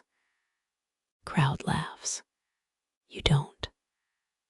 Last month, a scribe divorced his wife over a misread linen. Court transcripts show he cried during the verdict. Night market ignites, oil lamps casting Rorschach shadows on code-laden linens. You spot a familiar face. Ishkur, the cipher whisperer, hunched over a scarred table. His specialty: translating tokens into tavern tabs. Mainstream scholars will cite his ledgers as proof of early monetary theory. Spoiler: he was just thirsty. The usual, he grunts, not looking up. You slide a linen strip across the table, symbols smudged by sweat. He sniffs it, Urgarit prison code. You visiting or escaping? The answer gets rewritten when a clay cup shatters behind you. A caravan runner bursts in linen strips streaming from his belt like party favors. The cipher's broken. He pants. The 3 dots mean ambush, not discount. The room freezes. Then chaos, merchants trampling rugs, snuffing lamps. You pocket Ishkur's half-translated strip. Too late. Guards block the exits. Their captain unfurls a blood-stained linen its code glowing in torchlight. Matching symbols get the pit, he growls. Your sweat-damp strip itches. A bead of perspiration drips onto the captain's boot. He glances down. You breathe. He moves to the next suspect. Near-death lesson. Never underestimate the drama of sweaty timing. Dawn finds you at a doss house, cracking Ishkur's partial translation. The linen's edge reads, 3 tokens per wagon, offset by cedar resin. Cedar, the nearest forest's 8 deserts away. Historians still argue whether this was metaphor madness or the first documented shipping fraud. A child taps your shoulder, offers a clay turtle with token carvings. From the bald man, she says, Ishkur. You flip it, find a cipher etched underneath, 7 dots, a dash. Tested at the well. The well guard squints at your token-carved turtle. This codes for double rations, he insists. You disagree, until his spear tip nicks your throat. Consensus achieved. The water tastes like victory and iron. By midday, rumors circle vultures overripe. A caravan master's found gutted, linen codes stuffed in his mouth. Poetic justice, if poetry involved parasites. You check your stash, tokens sewn into sandal soles. The safest ledger's the one people step on. A honey seller propositions you with a linen belt, patterns forming a sheep-counting song. Nostalgia bites. Your father hummed that tune while burning tax records. You decline. Melodies make soft shackles. Wind rises, scattering linens across the market. Merchants dive for theirs. Ignore the rest. One scrap lands at your feet, a love poem woven with tax codes. The scribe signed it with a tear stain. Archaeologists'll label this ritual mourning residue. You know better. Heartbreak leaves the cleanest fossils. Dusk's last light exposes a figure following you silent, wrapped in cipher-laden gauze. You duck into a potter's stall, grab a clay tablet. How much? The potter shrugs. 3 tokens. It's defective. You spot the flaw. A thumbprint over the tax code. Perfect. You toss the tablet behind you. It shatters. The gauze-wrapped figure slips on shards, linen unwinding to reveal a temple acolyte. He hisses curses in high Akkadian. You reply in trader slang. Vulgarity crosses all lexicons. Moonrise bathes the dunes in bone white. You bury your tokens under a rock shaped like Marduk's molar. Let future archaeologists debate whether it's a shrine or a joke. Survival leans toward the latter. A coyote's howl slices the dark, or a smuggler's signal. You choose ignorance. Some codes stay better uncracked. Sleep comes fitful, dreamt in dots and dashes. Morning brings a sandstorm, nature's encryption. You tie a linen code strip over your nose. The symbols blur. Rain would clarify them. Rain also drowns. The desert teaches harsh thesauruses. At the next outpost, a scholar auctions a decoded linen scroll. Bitters feverish. You recognize the symbols, their laundry marks from Eridu's bathhouse. Fake news thrives in any millennium. 3 days later, Ishkur's turtle cipher pays off. A well guard slips you extra rations. His wink suggests murkier currencies. You chew slowly. Trust tastes grittiest when free. Your sandal splits, revealing a token midstep. A guard notices. Time to misdirect. Blessing from Ishtar. You proclaim, pressing it into his palm. He pockets it, starry-eyed. Greed outpaces doctrine every sunrise. The road ahead shimmers, trick, or heat haze. Doesn't matter. Your last linen strip promises a wellspring. If the cipher's right, if your eyes aren't lying, if the desert cares, it doesn't. Your fingers trace crescent grooves in a clay tablet, moon-shaped debts, pressed by a scribe's aching thumb. Each indent whispers a name. And Lil Banny owes 6 goat kids. Cubaba's late on temple looms. You've memorized these hollows. Sleep comes in fitful bursts between tally checks. One misread curve could bankrupt your bloodline. Dawn light glares through reed walls as you recount tokens, 42 in the family vault. Your sister-in-law coughs pointedly from the corner. She married into this mess, chain of obligation, clinking like faulty abacus beads. Last week, her father sent a clay donkey pendant. Passive-aggressive cuneiform. You used it to patch the roof. The market buzzes with haggling voices. A wine cellar's scales tip with forensic precision. Copper rings change hands, but everyone's trading ghosts here. Your neighbor swears he'll settle his debt after the barley harvest. You nod, eyeing his threadbare tunic. Historn's'll later prove half of Uruk's debts died with debtors, clay outliving flesh. A merchant slams a token-laden tablet before you fired clay. Permanent as regret. His breath reeks of garlic and desperation. 2 shekels delay fee, he rasps.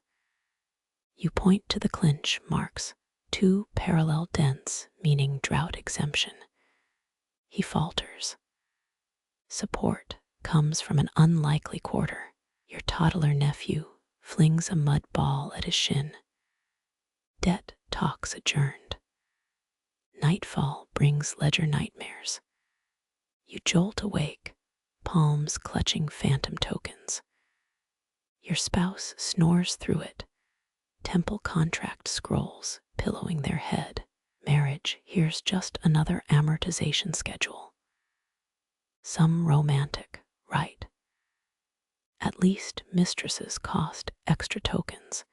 Infidelity's price tag keeps things honest. The key reeks of fermented fish as you inspect incoming lentils. A sailor boasts about Syrian silver, bluff written in his twitching eyelid. You flash 3 tokens. He demands 5. Your reed stylus hovers over the tablet, recording his greed for the taxman. Fair's fair. A commotion erupts at Enki's temple. A widow flings her husband's debt tokens into the offering pit. Guards drag her away as priests tally the windfall. Sacred restitution, they call it. You pocket a stray token from the dust. Let the gods itemize that. Rain slicks the ziggurat steps, each downpour a lien against tomorrow's sunlight. You spot the vizier's accountant slipping a token into his sandal. Everyone skims, the tricks making the tablet balance regardless. Your cousin tried cheating with goat fat ink. They found his body in a clay vat. Poetic auditing. Harvest day dawns fever bright. threshers sing through gritted teeth, their wages already spent on advance tokens. You catch your brother-in-law skimming grain. His excuses curdle faster than milk. Family cuts deepest when ledgers fray. The tax assessor arrives with his infamous two-pronged stylus. One nib for sums, one for skin. Children scatter like dropped beads. Your spouse serves barley beer. You serve token-weighted lies. His tablet fills with favorable marks. The beer was piss-warm anyway.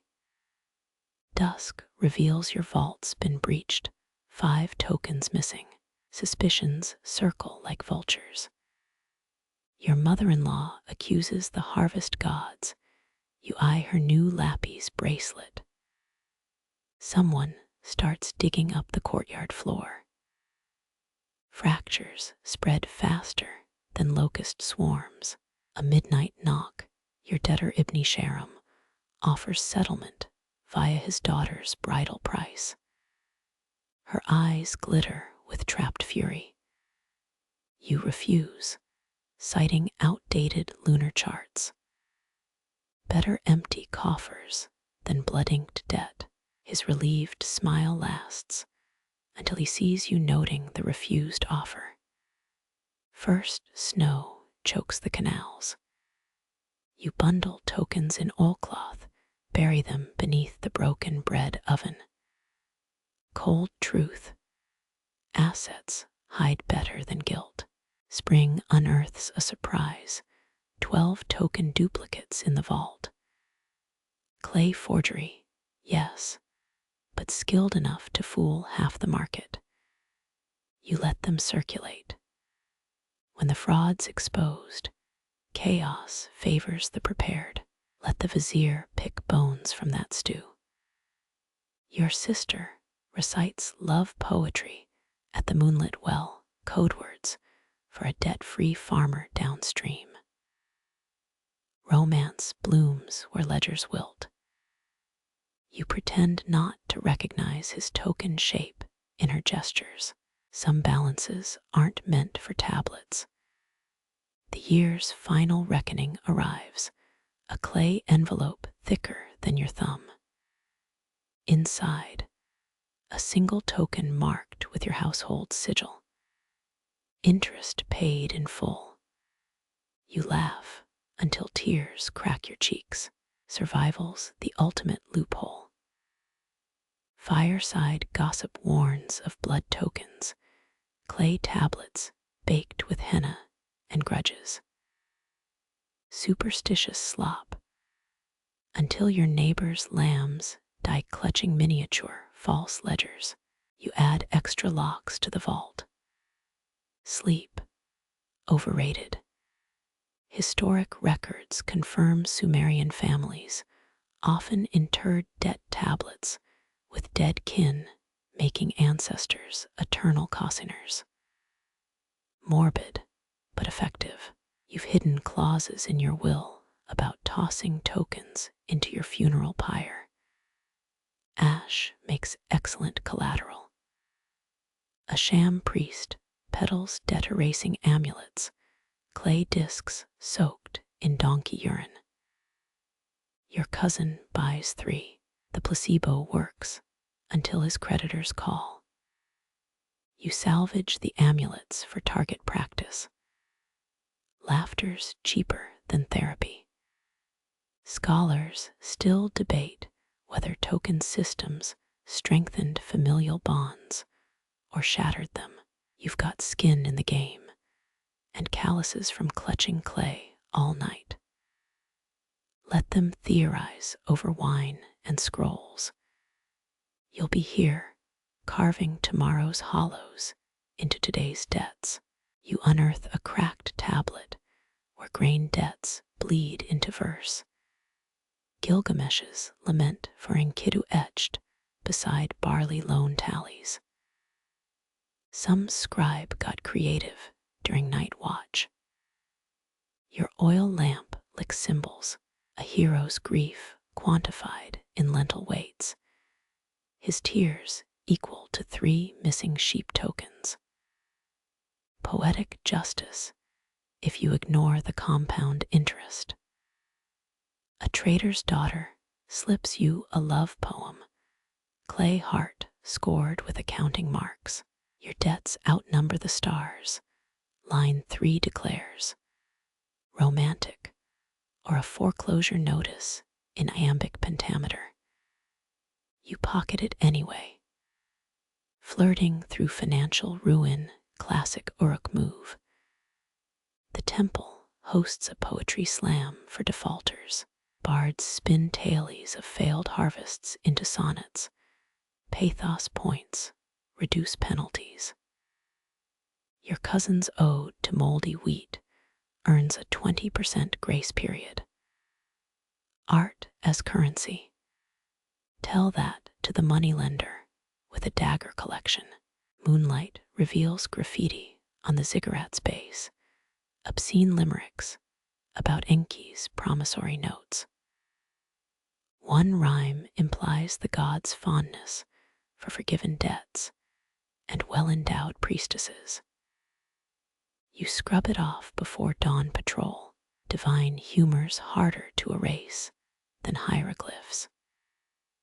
Historians still argue whether cuneiform love songs borrowed their meter from tax records. The rhythmic dum-dum-dum of a debtor's stylus, proto-poetry, or PTSD. You've seen scribes rock infants while muttering harvest quotas. Maybe lullabies and ledgers share DNA. A traveling bard swaps verses for lentils. His epic about star-crossed lovers includes product placements. O Shamhat, fair as a shekel of finest lappies. You throw an onion. He rhymes it with defenestration. Fair trade. Your aunt's funeral tablet mixes burial instructions with haiku. 7 tokens ode / chrysalis of fired clay settle in afterlife. Deep until you remember she still owes you 2 goats. Death doesn't absolve math. Dig beneath a collapsed granary.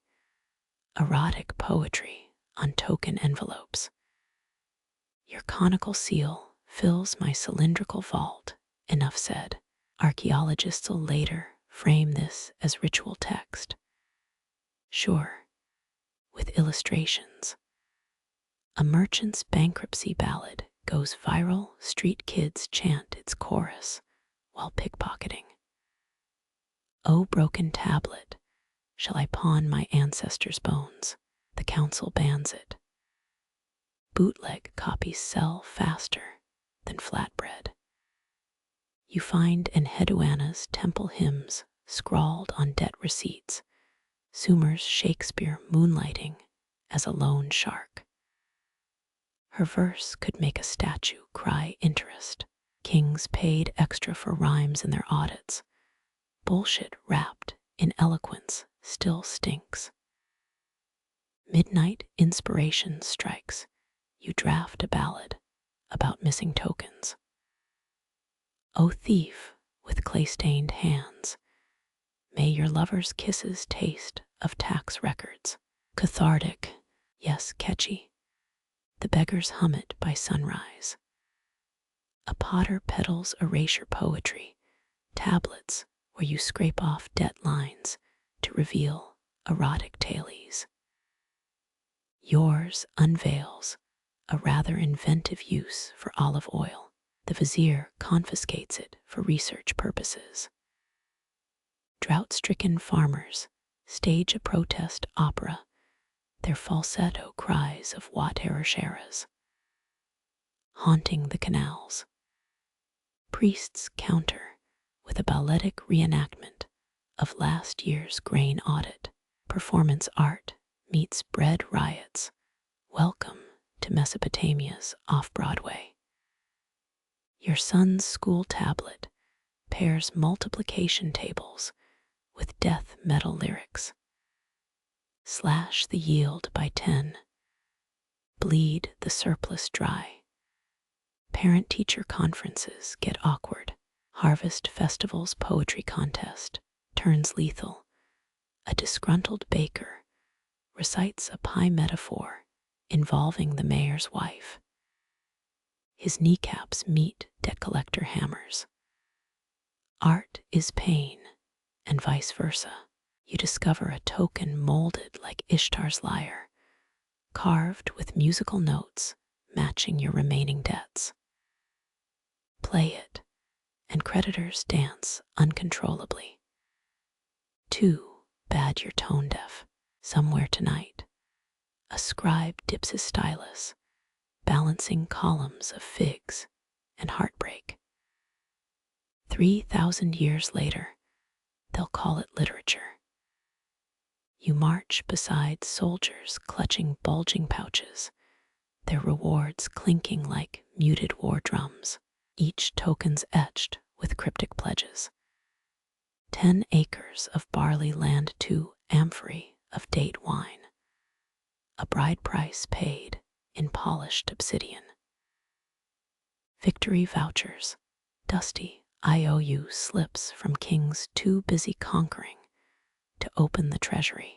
Your lieutenant swaps his for a tavern whore kiss, the clay still warm from his thigh. Loyalty's a currency with rotten exchange rates. Dig into any barrack's midden pit, you'll find tokens stamped with phallic symbols. Not royal seals, just bored infantrymen reshaping debt into dick jokes. Archaeologists found 17 such artifacts near Ur's ruins, labeled fertility totems in museum catalogs. Sure, tell that to the private who carved his commander's face on a testicle-shaped token. Campfire rumors swirl. Lord Lugal's new tokens contain ground rebel bones. Break one open, and ashes spill like bad omens. You weigh yours, lighter since the Acadian campaign. Maybe they skimped on the bone meal. Historians still argue whether these clay promissory notes were ever redeemed. 8 tablets boast of veterans settling in lands of milk and honey, but 200 unearthed tokens sit in palace vaults, unclaimed, like love letters to ghosts. Watch a battlefield scavenger pry coins from a corpse's fist, only to find a token smeared with dried mutton fat. Dinner tab from a tent mate who'll never pay. The dead still owe, the dead always owe. Your sergeant brags about his retirement plot, a marshland even mosquitoes avoid. He'll die spear-gutted next Tuesday. You pocket his token while washing his corpse. Grief makes thieves of us all. Siege engineers get hexagonal tokens, geometric badges for collapsing enemy walls. Yours is triangular, field latrine duty. The universe's pettiest math, that bawdy song about the maiden who paid her dowry in war tokens. Based on a royal edict, unlucky brides could discharge debts via creative spousal services. The lyricist got 9 tokens and a concubine for his efforts. Snow melts in your mouth as you cross the mountains. Tokens freeze to your chest hairs. Mercenaries ahead lick their tokens before battle. Placebo piety. The clay tastes of dead scribes. Fingerprints. Find a shaman selling lucky tokens, dipped in donkey bile. Rub them on your spearhead, guaranteed to make debt collectors ignore your tabs. Works better as a laxative. Deserters. Tokens get baked with extra sand, crumbly reminders of betrayal. Crush one between your molars, and garrison bread becomes a delicacy. You trade 4 battlefield tokens for a Syrian girl's lock of hair, pale as unbaked clay. She spits at your feet, a fairer deal than the king's. Moonlight reveals counterfeit tokens, bloated with straw. The quartermaster's face flares when you drop them in his tent. By dawn, his head decorates a pikestaff. Inflation solved. Standing in the paling, you calculate compound interest via arrow wounds. 5 tokens per scar double for face marks. The accountant eyes your cheeks gash. That's a scratch. Heroes get bonuses. You get a cough. Bury 4 tokens under your tent flap. Old wives say it wards off collection demons. It does attract scorpions. Choose your parasites wisely. A moth-eaten scroll lists token values. 1 minute of a baker's oven time 3 seconds. With a temple courtesan, 7 heartbeats of the king's attention. Mortality measured in mercantile increments. Rain soaks your pouch. The clay runes blur into Rorschach smudges. Is that a vineyard deed or a sheep-fucking permit? The paymaster shrugs. Yes, they'll sing of your regiment's glory while recycling your unspent tokens into a prince's new bathhouse. Your immortality. A triangular tile preventing ass cracks in royal masonry. You shuffle past a merchant's stall, his fingers drumming clay tokens like dice. An old farmer slams a shriveled cucumber onto the counter. 3 jugs of barley, he growls. The merchant slides a triangular token engraved with grain sheaves. New rules. The farmer spits into the dust. The glob sizzles on sun-baked clay. My grandfather traded cucumbers for barley, and his grandfather before him. A girl threads through the crowd, wrists jangling with token bracelets. Her linen headbands embroidered with cuneiform fractions. Modern math meets Bronze Age bling.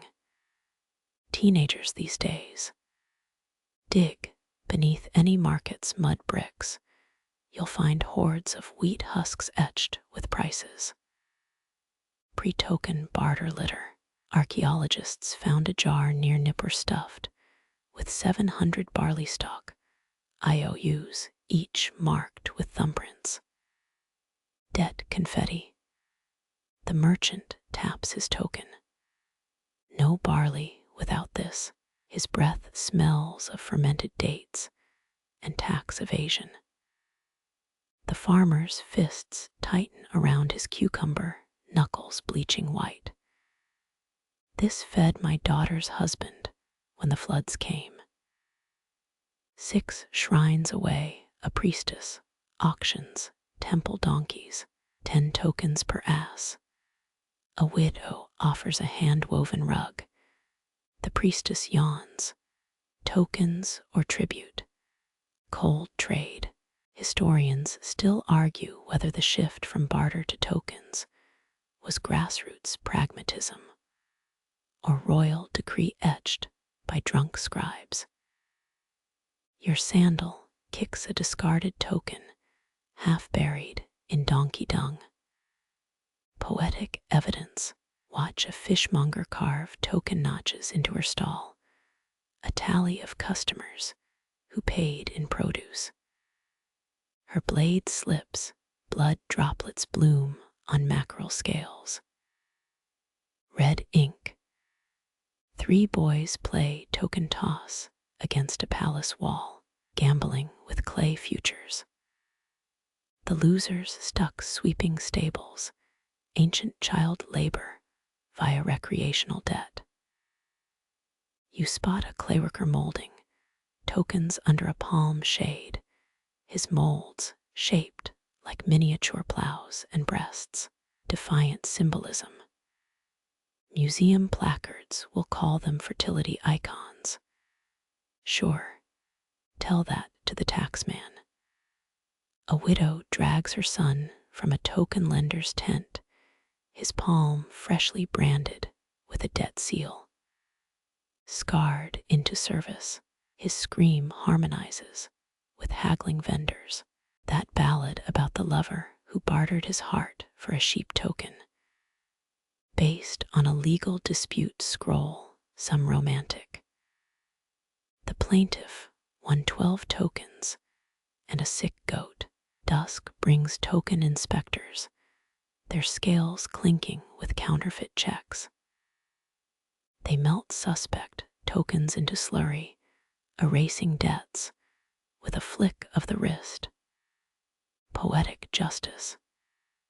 You trade a chipped arrowhead for a token stamped with a chicken's foot, dinner or down payment. The vendor winks. Depends how hungry the taxman is.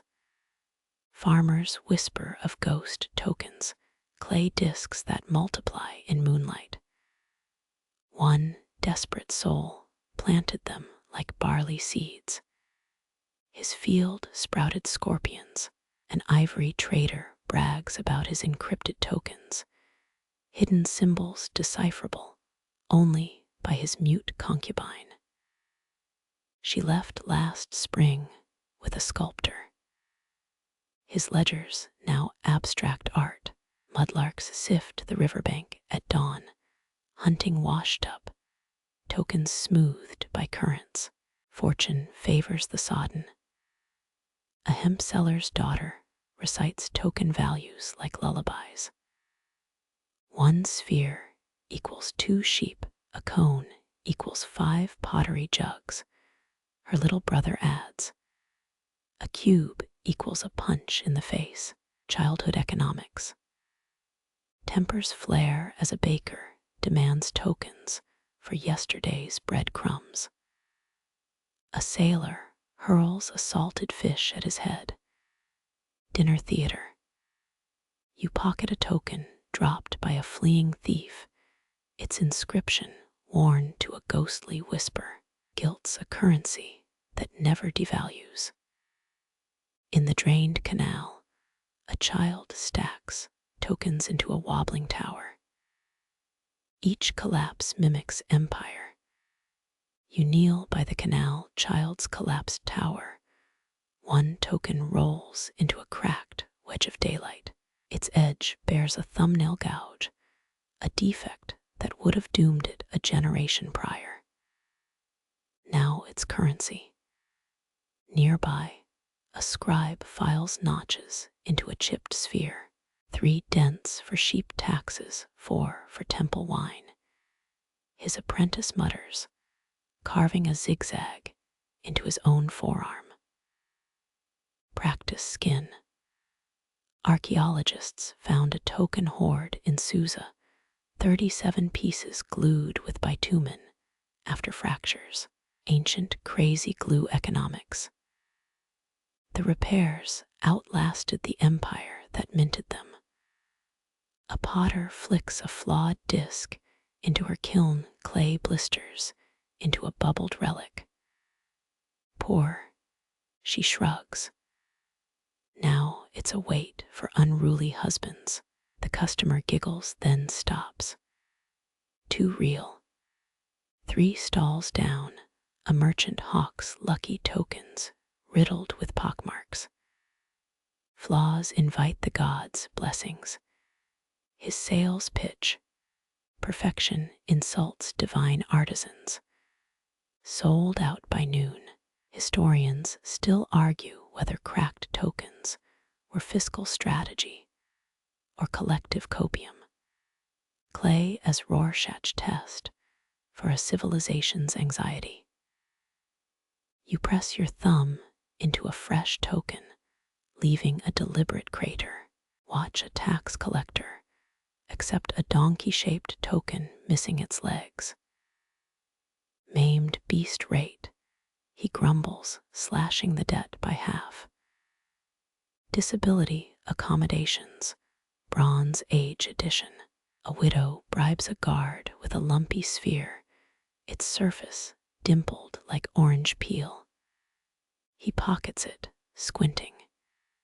Is this a fruit tax? She vanishes into the crowd. Teenagers play flaw or fraud, tossing tokens into a jug of vinegar. Fakes dissolve, genuine faults endure. Winners take all. Losers scrub latrines. The vinegar reeks of privilege. Clay pits whisper of the birth wound, a myth that tokens stole their power from first cracks. Workers secretly drop new tokens on rocks, pre-scarring their souls. Insurance theology. You find a token stamped with a reversed cuneiform symbol, the sign for gift flipped to theft. Accident or anarchist art, the trader won't meet your eye. Dust stings your throat as wind sweeps the market. A weaver hangs flawed tokens on her loom, weights that skip and stutter the thread. The resulting fabric, deliberately uneven, a tapestry of authenticity. Sold at triple price, a rumor spreads, tokens baked during lunar eclipses cure infertility. 6 women clutch pockmarked spheres under their shawls. The midwife prescribes whiskey instead. Night falls, moonlight warps the canal's token tower into a melting giant. Dawn will find it puddled, clay seeping into the earth. The child sleeps nearby, fists clenched around 2 perfect spheres. Imperfections orphans. Dawn licks the canals, as your boots sink into sludge where the child's tower once stood. 2 unbroken spheres gleam in the muck. You pocket them, a relic of last night's collapse. Voices hum downstream. A crowd gathers where the Euphrates licks cracked banks. Bare feet stamp dried reeds into powder. You smell burnt barley, a sacrificial waft from clay braziers. A priestess climbs a stepped altar, her necklace clinking with token shards. Break what binds you. She hurls a clay disc at the stones. It fractures into crescent teeth. The crowd inhales as one. You join the line, palms sweaty around your debt tokens. A merchant ahead of you weeps over a rhombus etched with goat symbols. 10 years, he whispers. The priestess snatches it, smashes it against a basalt slab. Mainstream fact. Mesopotamian Mishurim edicts did erase debts. Kings declared clean slates to prevent revolts. But the ritual, pure theater. Tokens shattered here, just copies. The real ledgers stayed safe in temple vaults. Your turn. You offer a sphere stamped with a crooked X. The priestess pauses, turns it towards sunlight. Ah, Urgula's vineyard. Her thumb finds the artisan's fingernail groove. Crush it yourself. The crowd chants as you slam the token down. It explodes into shivs of terracotta. For a heartbeat, you're weightless. Then reality seeps back. The priestess is already blessing someone's cracked cylinder. Quirky tidbit. Archaeologists found a jar near Nippur labeled shame fragments, filled with token debris and barley beer.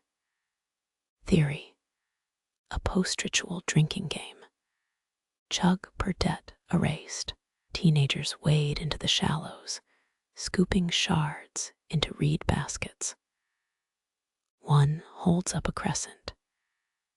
3 shards get you a fig tart at Zimri's stall. Currency, reborn before the waters even dry. Historians still argue whether kings believed their own debt-cleansing theatrics, or if they chuckled carving loopholes into binding decrees. The priestess kicks debris into the river, her sandals caked in old lies. A widow tugs your sleeve, drops a token shard into your palm. For luck, she croaks. It's warm, or is that your guilt radiating? You toss it, watch it skip twice before sinking. 60 yards downstream, kids stick reed poles into mud. They're fishing for shards washed ashore. Biggest piece wins. Their laughter cracks the ritual's gravitas. Bureaucracy outlasts its architects. You spot the kiln master from yesterday, his apron bulges with fresh tokens. Already restocking, the cycles resetting before the last shard finishes dissolving. At sundown, workers sift the riverbank. Their baskets fill with undamaged tokens, swept downstream nature's rejects. Tomorrow's raw material. You kneel, dig fingers into silt, grit sticks under nails. Somewhere below, your shattered X-mark merges with Urgula's vineyard groves. 4,000 years from now, a grad student will mislabel it fertility idol. The priestess extinguishes her brazier. Smoke plumes into cuneiform shapes. You walk west, 2 perfect spheres still heavy in your pocket. The river's swollen with ghosts of debt. The land stays thirsty. You follow the smoke of roasting pistachios. The scent leads to a sun-baked plaza. A line of veiled women clutch clay hearts. Each one's the size of a plum, indentations where thumbs once pressed promises. A priestess with henna'd palms stands behind a stone table. She weighs tokens on a bronze scale, left dish for love vows, right dish for dowry goats. You catch phrases chiseled into the tablet beside her. If Taputi bears no son within 5 years, return 20 shekels of silver. Romance, Sumerian style. A bride approaches, her tokens pierced through with a straw. The priestess threads it onto a hemp necklace.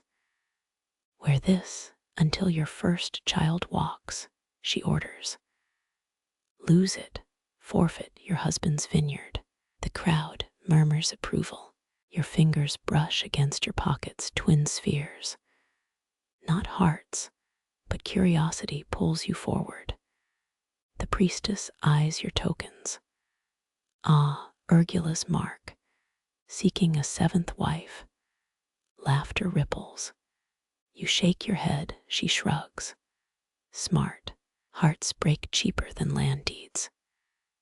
Mainstream fact. Divorce decrees survive on tablets.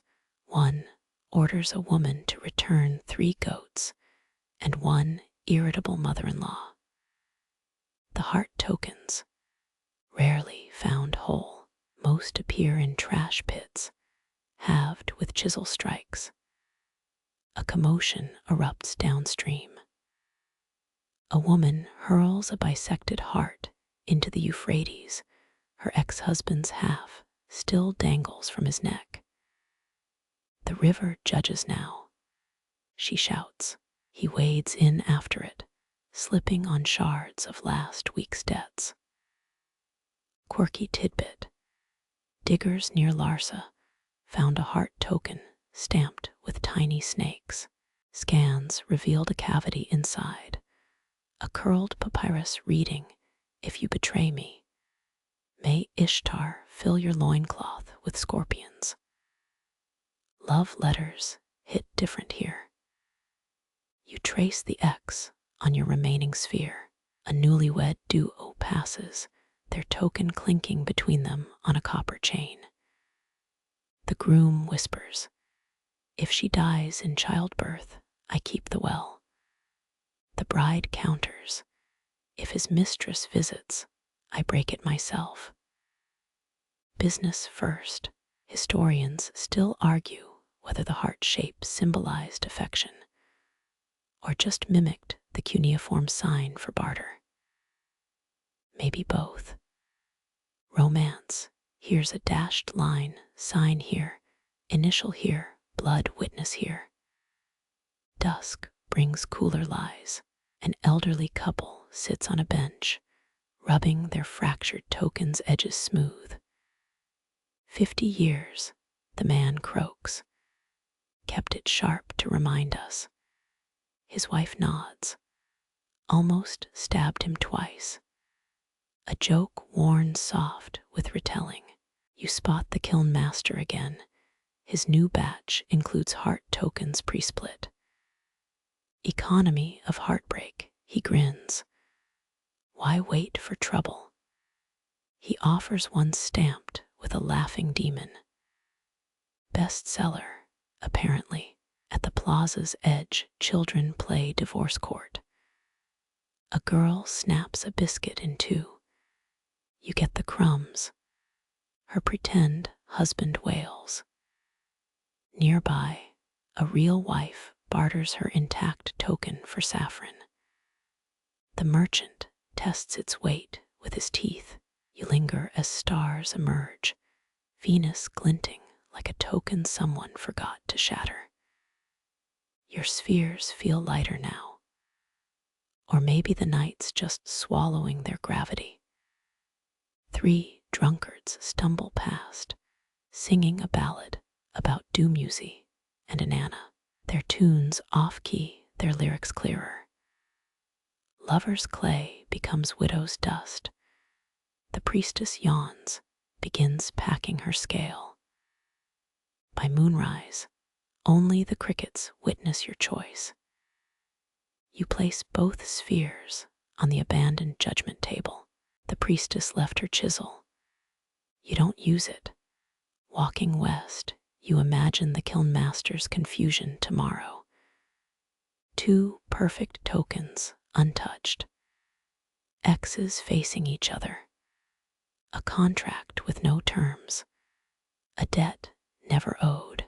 The river continues, its hungry murmur carrying halves of hearts, halves of promises, all rushing toward the same salt-heavy end.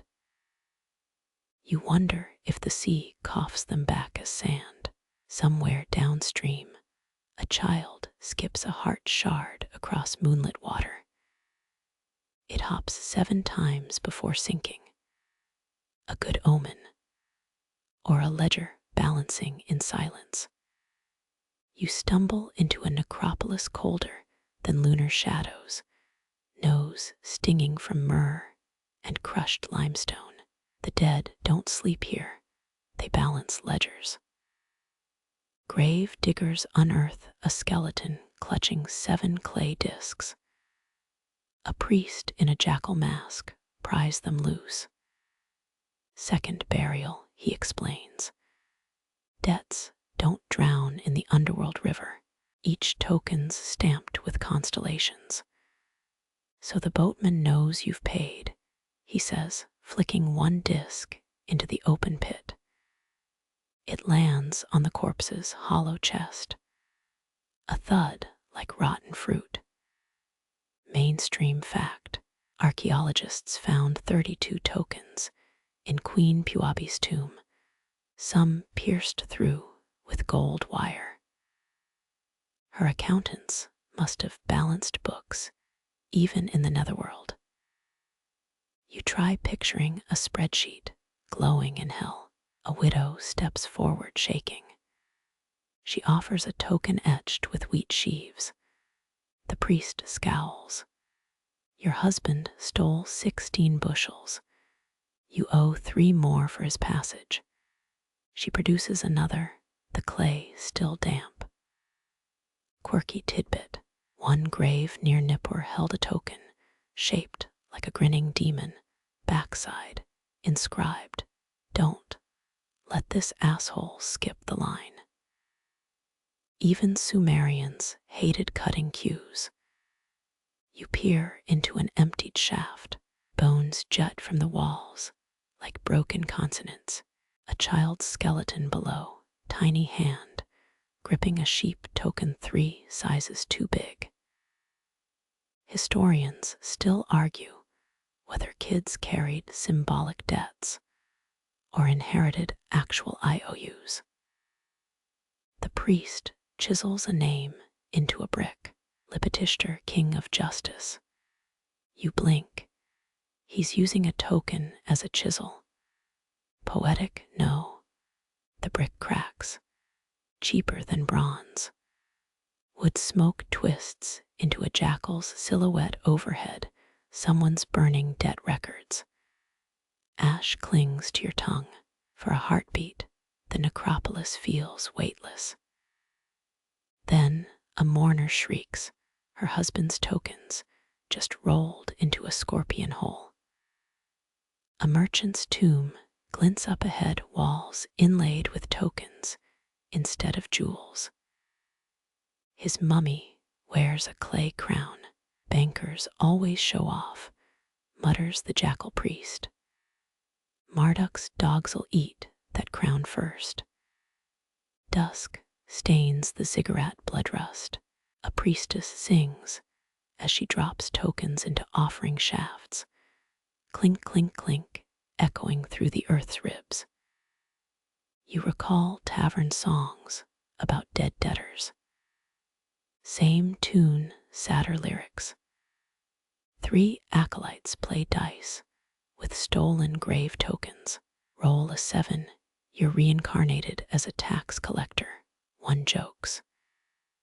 They howl until the priest pelts them with date pits. By the 7th tomb, you spot something modern hands crave. A token carved from lapis lazuli. Don't, warns the priest. That one's for Ereshkigal's midnight tax audit. She's meticulous. The moon strangles the last sunlight. Workers seal a fresh grave. Tokens mortar the bricks. You press a palm against the wall. Clay still warm from some poor soul's final interest payment. On the road back, you kick a stray token half buried in dust. Turn it over.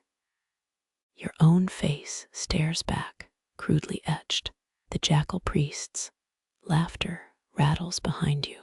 Jokes on you, scribe. The stars rewrite their ledgers overhead, constellations adjusting for inflation. Far below, your shadow drags an ancient debt. Light as a token, heavy as a tomb, you shuffle past a crumbling archive where apprentices dip stolen tokens into beer. Alcohol preserves clay better than water. They swear. The air smells like wet receipts and moldy promises. An elder trader squats in the corner, fingers tracing symbols on a tablet worn smoother than river stones. Used to know all 38 debt marks, he mumbles. Now he mistakes harvest tallies for love poems, carves hearts over tax records. Mainstream fact. 9 out of 10 cuneiform tablets from Ur's merchant quarter show water damage. Turns out they stored ledgers in temple basements. First, floods erased the math. A girl no older than 12 snatches the tablet from his grasp. You're scrawling on ration lists again. Abu, She re-scratches the numbers, fingers dancing faster than market haggling. The elder blinks. Since when do lentils cost 30 tokens? Quirky tidbit. One merchant's ledger from Lagash includes doodles of a grumpy donkey. Caption reads supplier's face when I demanded interest. Margins hold humanity's oldest debt-driven fan art. Youths melt down counterfeit tokens in a clay oven reciting newer, leaner laws as the sludge bubbles. 2 parts sand, 1 part lies, their form in chance. The recipe changes weekly. Historians still argue whether faded symbols on 3rd century tablets were accounting errors or deliberate edits by scribes rewriting dynastic debts. Dust hides a multitude of sins. You find a half-melted token stamped with a forgotten king's profile. The trader licks it, hoping salt will spark memory. Sargon, Urnammu. No, this is the baker who shorted me 7 loaves. A magistrate's scroll arrives, 93 new verdicts etched on fresh clay. Apprentices copy them onto older, cracked tablets. Makes the laws look weathered. One shrugs. More legit. Night falls like a debtor's sigh. The elder sneaks into the archive, tucking a chicken bone into the irrecoverable debts jar. An offering. A prank. His laughter cracks into a cough. You wake to shouting. 3 teens pour vinegar on a tax tablet, erasing 12 lines of royal decrees. Whoops, deadpans the ringleader. Ancient mistake. We'll restore it. They carve 3 goats instead. By the well, a scribe's widow burns oath tokens in a cookfire. Dead words feed no one, she mutters. Ash flocks upward, briefly forming the name of her husband's killer. Dawn reveals the archive's east wall collapsed, tablets shattered into alphabetic gravel. The foreman shrugs. We'll rebuild. Better columns anyway. He kicks a chunk, bearing half the word justice. The elder trader vanishes at noon, returns with a brick stamped with his own youthful signature. Finally paid off, he whispers. The brick dates to his 16th birthday. You pocket a shard from a palace ledger, edges worn soft by centuries of thumbs. Under moonlight, the numbers shift. Or maybe your eyes tire. Arithmetic is a story that never stops. A child tugs your sleeve, offering a token still soft from the kiln. Pressed into its face, your own blurred likeness. The reverse reads pair of fools. As you exit, the elder waves a sunflower stolen from a temple offering. Credit where it's due, he cackles. Behind him, apprentices etch tomorrow's ledger onto yesterday's tombstones. The wind carries half a ledger page, scrambled symbols dancing like locusts. By the time it lands, the numbers have married, divorced, and renamed themselves. You check your pouch. The token with your face now smiles. Or maybe it's a grimace. Memory blurs, clay endures. Stumbling back through the dunes, you realize 43 generations have erased more debts than any ruler. The sand forgets. The tokens, they just wait. You trip over a shattered clay envelope, its seal split like overripe fruit. Tokens meant for a barley shipment have crumbled to dust inside. The merchant captain jabs a finger at your chest, your marks on the seal. But you've never touched this clay except in yesterday's hungover stupor. Legal fact: in Ur's courts, a cracked seal equaled guilt. Nobles commissioned personal cylinder seals, intricate as fingerprints, yet any half-drunk artisan could carve a forgery by firelight. A scribe shoves through the crowd, licks the broken seal. Beeswax residue, he declares. Heated during the 9th hour. The captain's face pales. Bees vanished from Sumer 2 droughts ago. This wax predates his grandfather. Quirky note: a broken tablet from Nippur describes a thief who sealed fake debt tokens inside goat bladders. The trial record ends mid-sentence, as if the scribe got distracted or silenced. They drag you past the well where debtors wash their shame. A potter's apprentice winks, presses a fresh token into your palm. It bears the captain's seal and someone's molar. You pocket it. Innocence is cheap, evidence cheaper. The magistrate's scales tilt with clay chips instead of weights. One side bears your fate, he croaks. The other my lunch. His laughter smells of fermented dates and forced authority.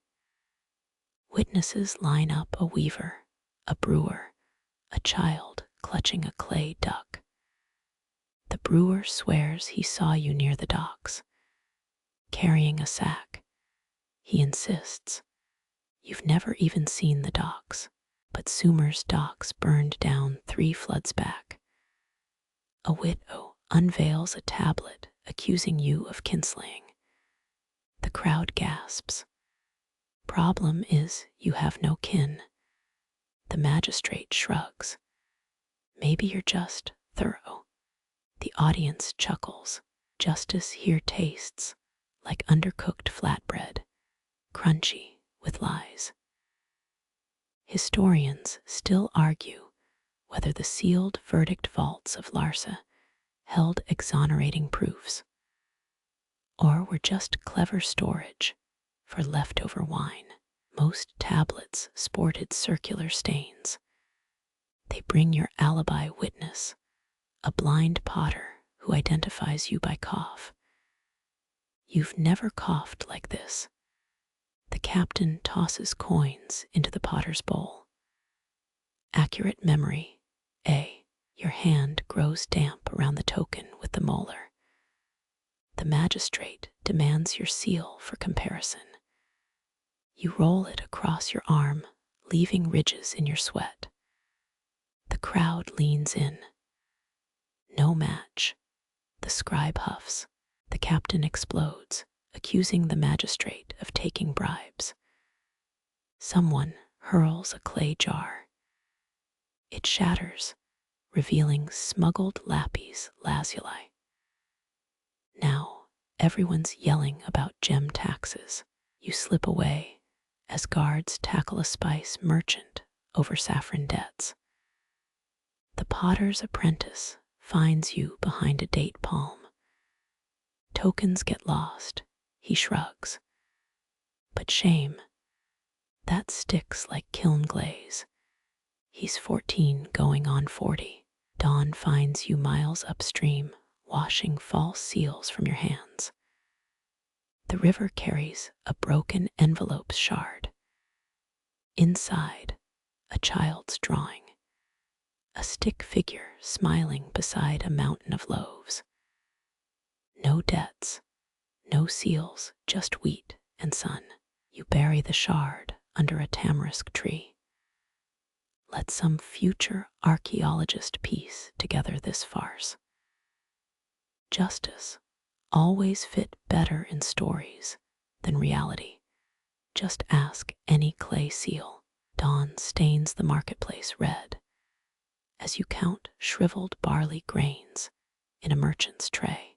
10 tokens per measure.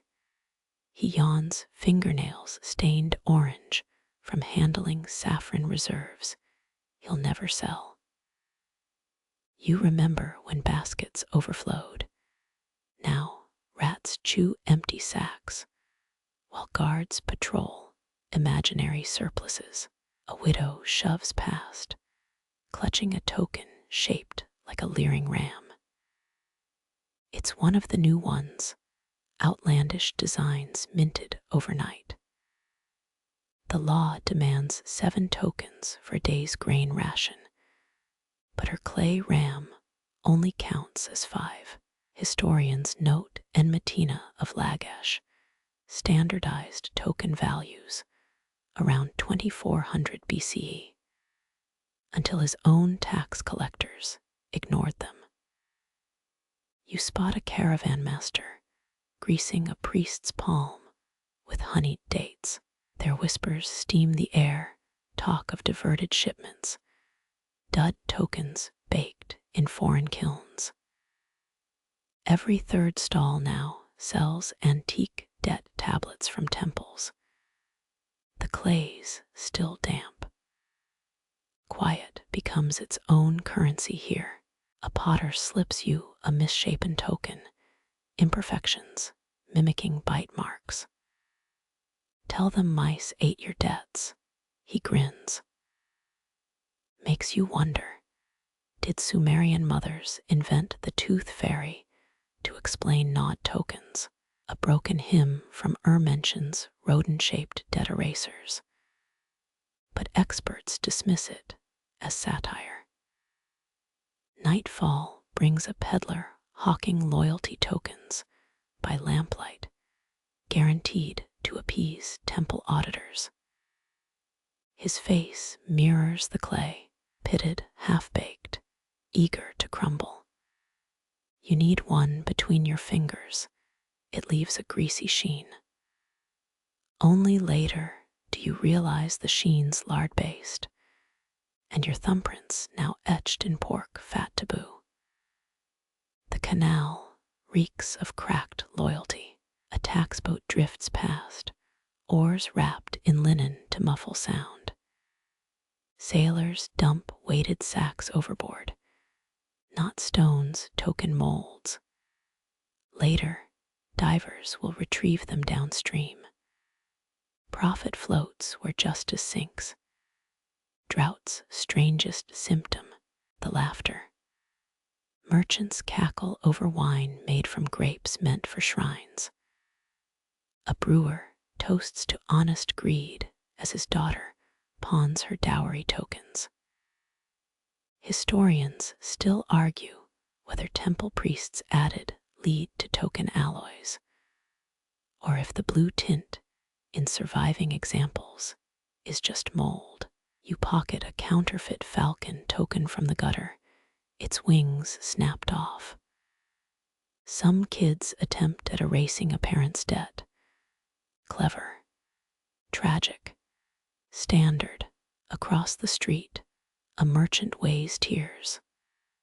Literally, crying mothers trade violed sorrow for bread, their grief measured against Babylonian weight stones. Premium rates for authentic sobs, he boasts. By the 7th day, even the well-bribed guards look nervous. A magistrate's son gets caught hoarding millet.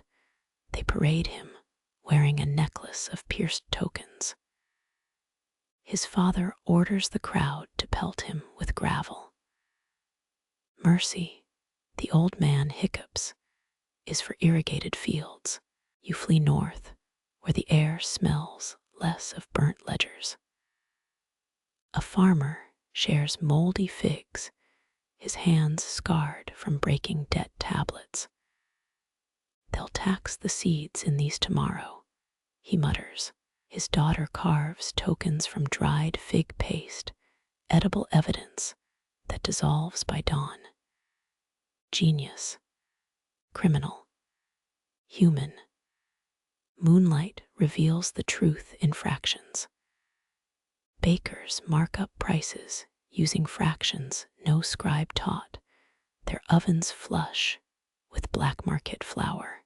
One idiot tries paying with a token shaped like a pregnant goat. The baker laughs, then starves him out. When the granary finally burns, everyone blames the desert wind. No one mentions the arsonist's sandals, leaving clay dust footprints. You sift the ashes, finding half-melted tokens fused into grotesque shapes. Greed makes strange bedfellows and stranger art. The river rises at dawn, not with water, but clay shards from upstream kilns. They jostle like teeth in a god's jaw. You keep one that resembles your mother's face, or maybe a stranger's. These days, debt erases the difference. The lab's hum wraps around you like a too tight headset.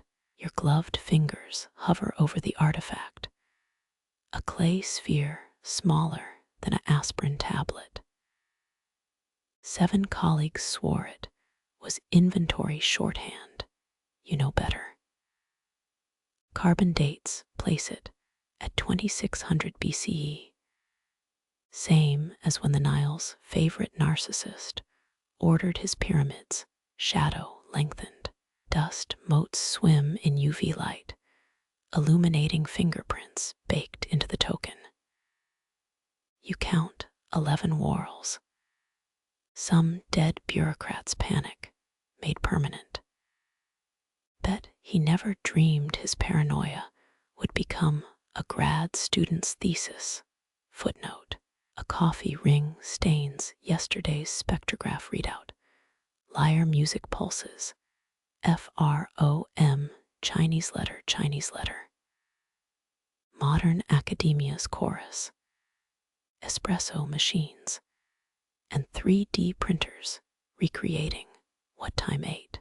Your microscope reveals striations, tiny canyons carved not by tools, but fingernails.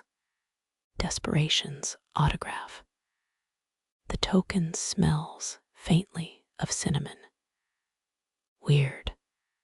Sumerians imported spices from Dilmun, but this piece stayed buried near Ur for millennia. Conservation swabs confirm it. Resin residue mixed with lamb fat. A preservative? Maybe. Or the ancient equivalent of a post-it. Lick it, stick it. Pray some god files it properly. Check the micro-CT. Your assistant mumbles mouth full of vending machine jerky. Scans reveal a void inside the sphere.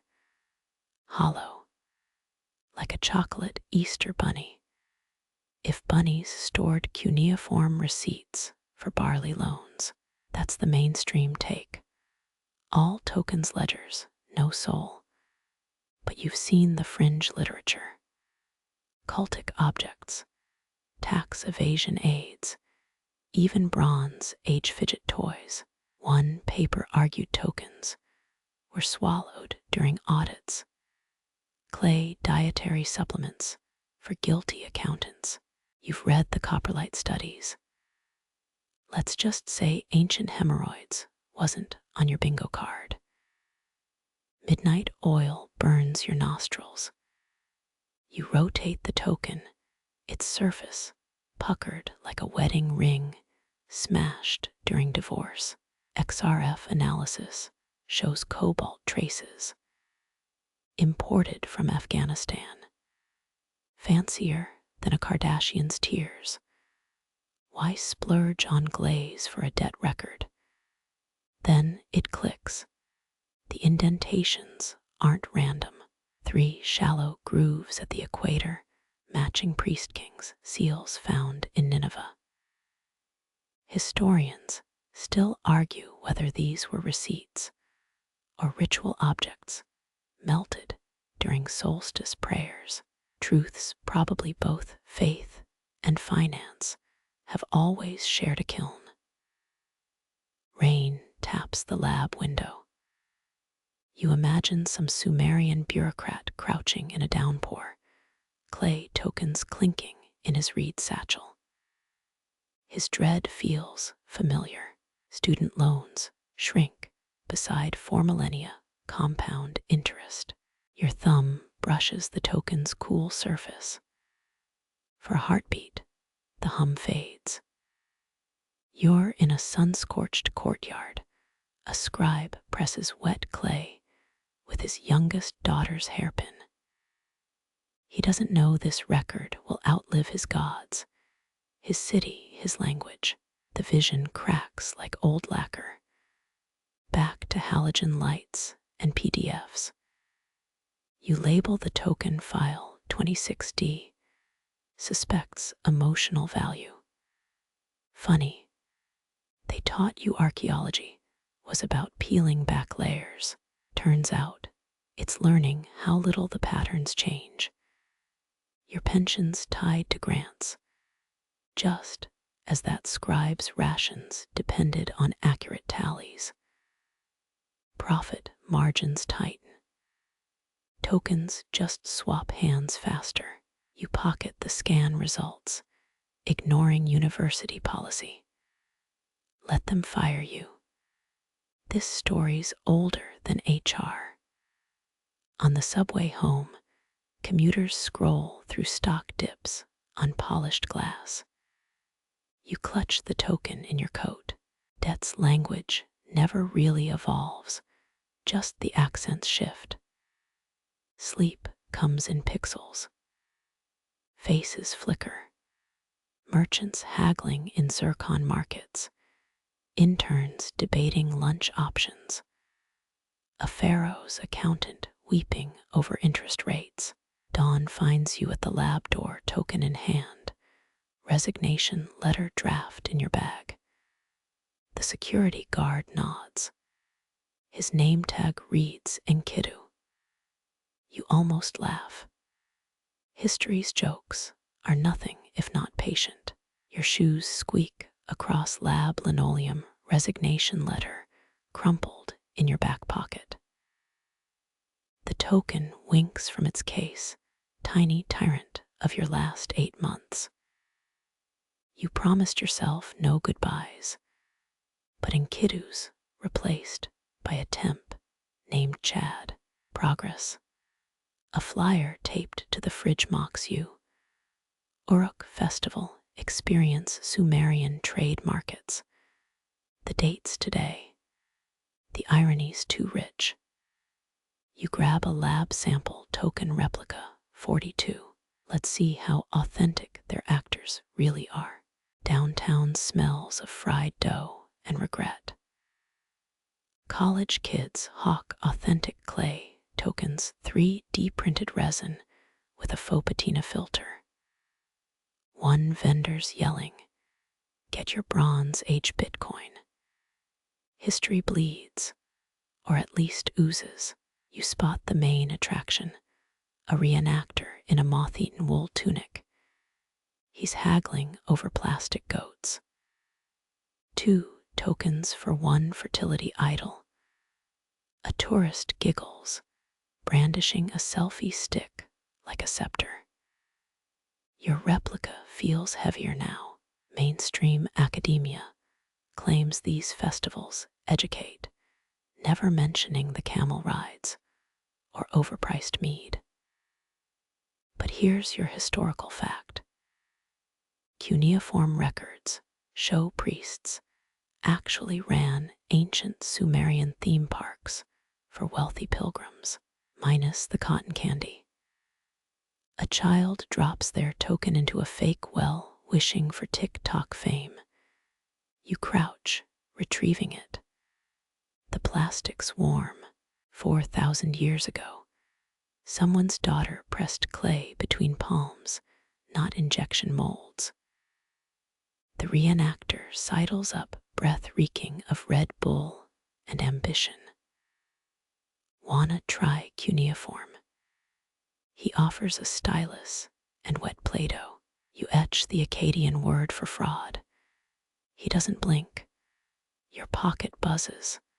The department chair's calling. Again. Let it ring. Priests ignored angry calls too, unless they came from the ziggurat. Here's the quirky bit. Festival organizers once tried using chocolate tokens. Melted during the inaugural parade. Sticky evidence lingers under the boardwalk. Archaeology's next headache. Dusk stains the sky grapefruit pink. Tourists trickle out, pockets jingling with souvenirs and existential disquiet. You linger at a craft beer garden masquerading as a ziggurat. The bartender's name tag says Gilgamesh. Of course, a historian on stilts drones about dead tablets. Kids throw popcorn. You slip replica 42 into the tip jar. Let future scholars dissect that strata. Debate time. Some argue festivals preserve cultural memory. Others say they're just capitalism in a toga. Truths buried deeper, those Sumerian priests. They sold blessed tokens, eternal life, at 5 shekels a pop. The token replica winks under string lights. You remember the original's lamb fat scent, stubbornness made tangible. Modern replicas smell like PVC and chineseum. Progress smells like cutting corners. Someone's shouting about closing time. You pocket a discarded clay coaster, absurdly labeled made in Mesopotamia TM.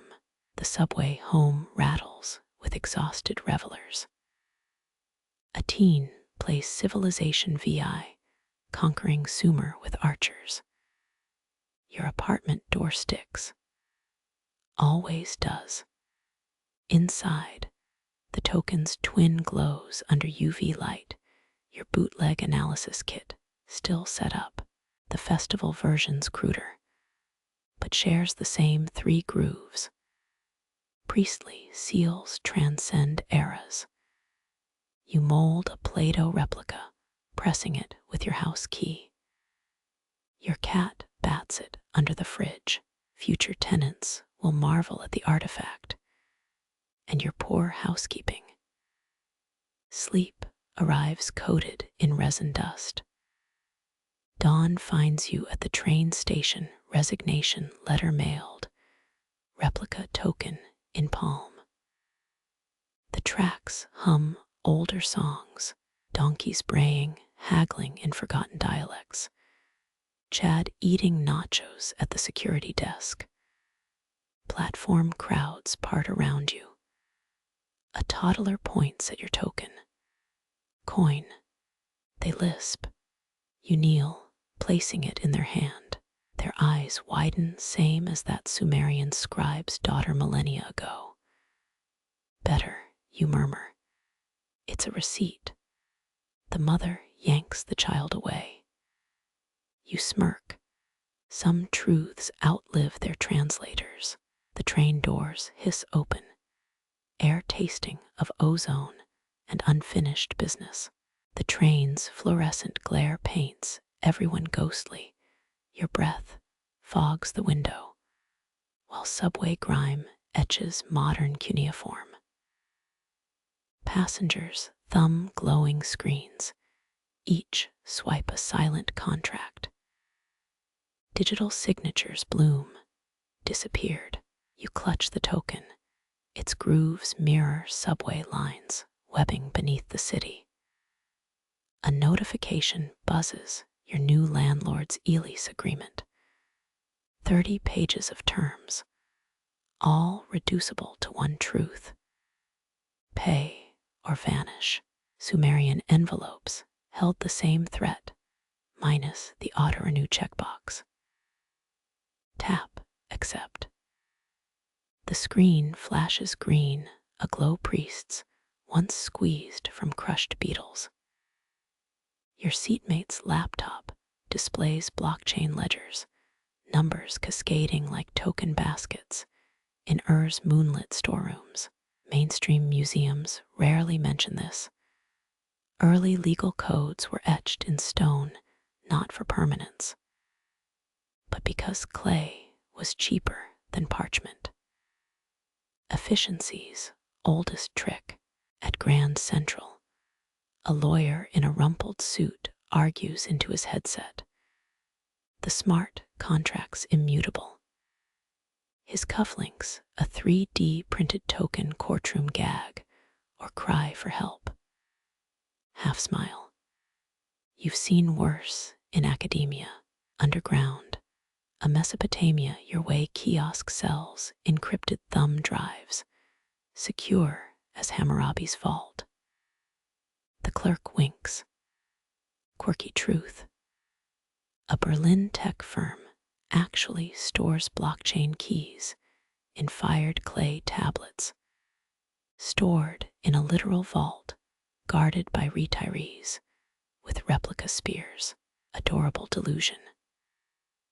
Rain slicks the streets outside, your umbrella blooms like a warped ceremonial canopy.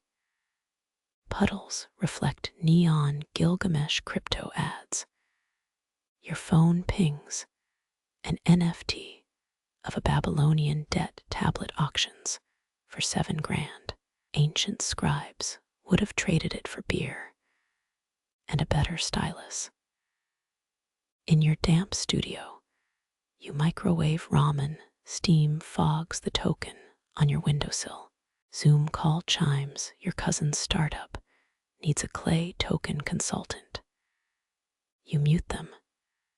Historians still argue whether ancient accountants grasped abstract value or just really liked organizing tiny things.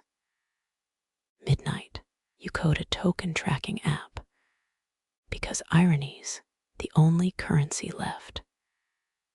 The screen's blue wash mimics moonlight on silt tablets. A pop-up ad screams, digitize your legacy. You type shooter Eli Sherry, oldest known legal phrase, into the search bar. Autocorrect murders it. Progress. Drizzle taps the fire escape, rhythm matching that long ago scribes stylus. Your fridge hums the song of modern Enki, god of Wi-Fi and expired yogurt. The token rests beside a USB drive, both silent, both hollow, both praying someone remembers their language. Sleep comes in installments. Dawn light exposes your scrawled note. Burn the hard drive. The token winks, patient as interest. You pocket it, step into the rain, and hail a self-driving Uber named Enlil's Chariot. The future's a slapstick rerun. At the courthouse, a lawyer waves a tablet no, an iPad shouting about precedent. You press the token into a juror's palm, watch confusion ripple. They drop it. It rolls beneath the bailiff's boot. 4 millennia of progress crunch. Your phone dies. Of course, you sketch tokens on a gas station, napkin, cashier eyes you like you've summoned Marduk. Rain erodes the ink. Somewhere, a Sumerian ghost laughs and downloads Dashlane. Rain pools around your shoes like spilled ink. Streetlight glare turns each droplet into a cuneiform scratch. The courthouse fades behind you, its stone facade cheaper than Ur's clay walls, but just as cold. A school bus hisses to a stop. Kids spill out clutching permission slips and Play-Doh tubs. Their teacher's shirt reads Sumerian Saturdays. You follow. Classroom windows steam with damp wool and vinegar, smell of a civilization built in mud. 10-year-olds knead salt dough into spheres and discs, tiny thumbs denting surfaces. This one's for sheep. A girl announces her braids dusted with flour. A boy folds a pyramid shape, his tongue poking out like a scribe's reed. Mainstream history never tells you. Sumerian kids learned math through token games. Proto-Pythagoras with dirty nails. The teacher drops a replica tablet on your desk, cuneiform like bird tracks in concrete. Trade me 2 oxen tokens for a boat, she murmurs. You hesitate. A kid beside you slides over a misshapen blob. That's a divorce token, he explains. Mom says they're bad luck. Quirky edge case. Neo-Babylonian kindergartens reportedly used honey-dipped tokens as edible rewards. Pass or fail, you ate your grades. Someone's iPad pings, a math app chirping through phonics drills. The teacher scowls. Screens die. Clay endures. Historians still argue whether token games taught abstract economics or just kept tiny hands busy while priests drank. A girl smashes her dough envelope. Plastic coins tumble out. Buried treasure. The teacher sighs, an expression carved into every educator since Nippur's first schoolhouse. Lunchboxes open, PB and J sandwiches mirroring token shapes. Mine's a cylinder, extra sun-dried raisins. A boy barters carrot sticks for grape tokens TM. Capitalism's cradle, indeed. You pocket a dough disc. Its ridges mimic your subway token's teeth. 4,000 years. Same hunger to own. Rain, drums, Morse code on the roof. The kids line up, dough tokens hardening in wax paper coffins. One girl lingers, pressing her thumb into clay, a perfect seal. Mom uses this to log into her crypto, she whispers.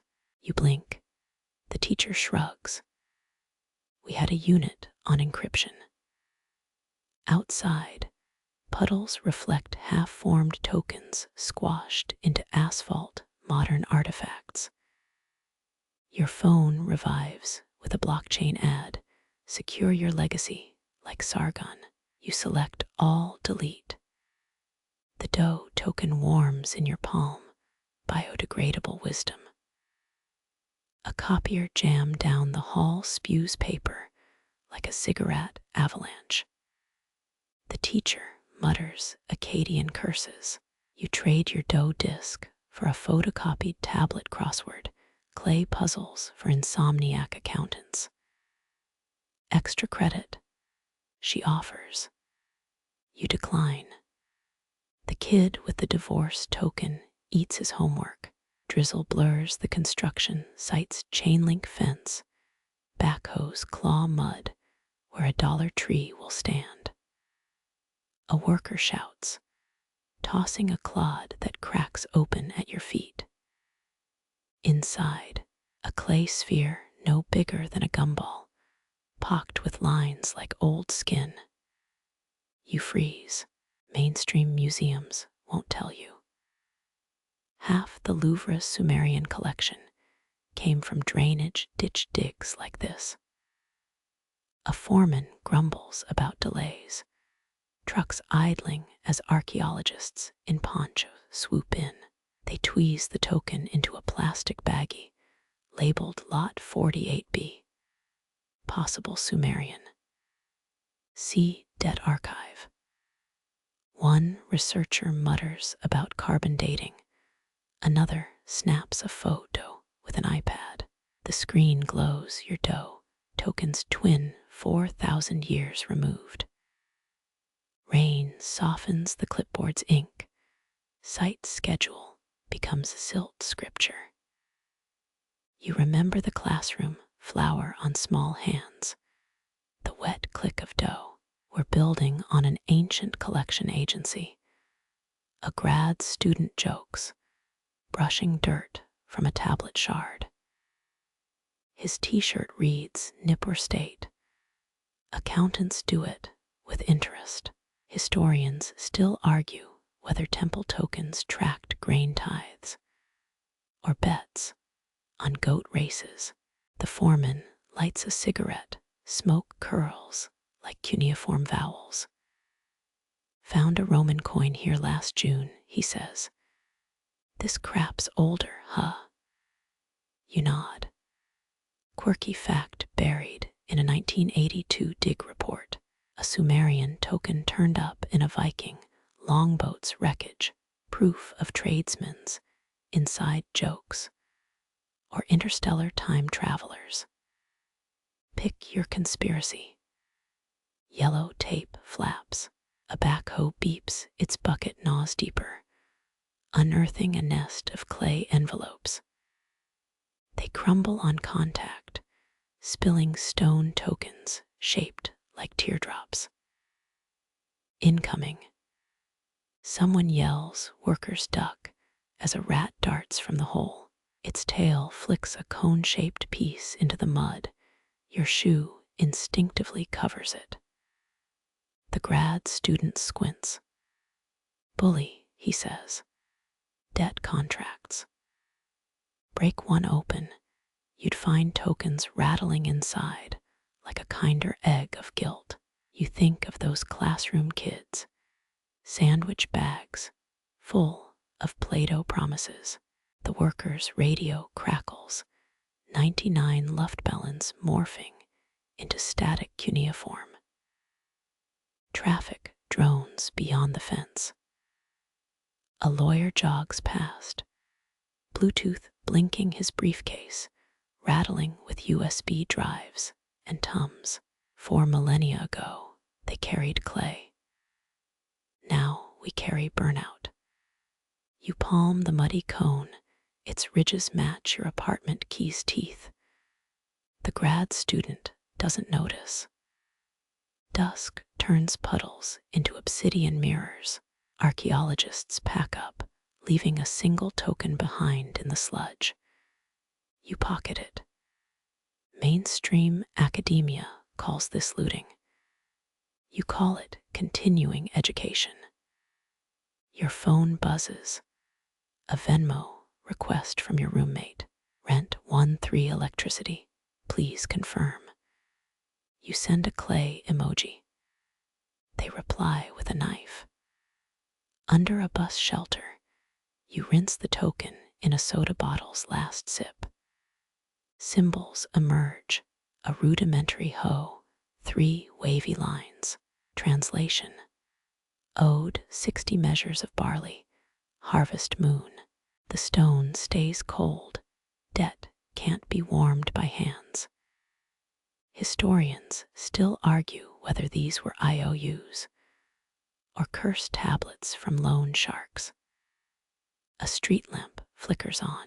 You spot the schoolteacher through a cafe window, grading papers with a red pen shaped like Gilgamesh's dagger. She catches your gaze, raises a coffee mug stained with token imprints. Cheers to civilization, her smirk says. You salute with your soda bottle, clay pressing half-moons into your palm. Your bus arrives its doors, exhaling diesel and ancient dust. Passengers swipe metro cards imprinted with pyramids and eagles. You drop the token into the fare box. The driver name tag Enki snorts.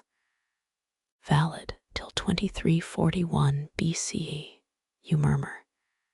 He waves you through.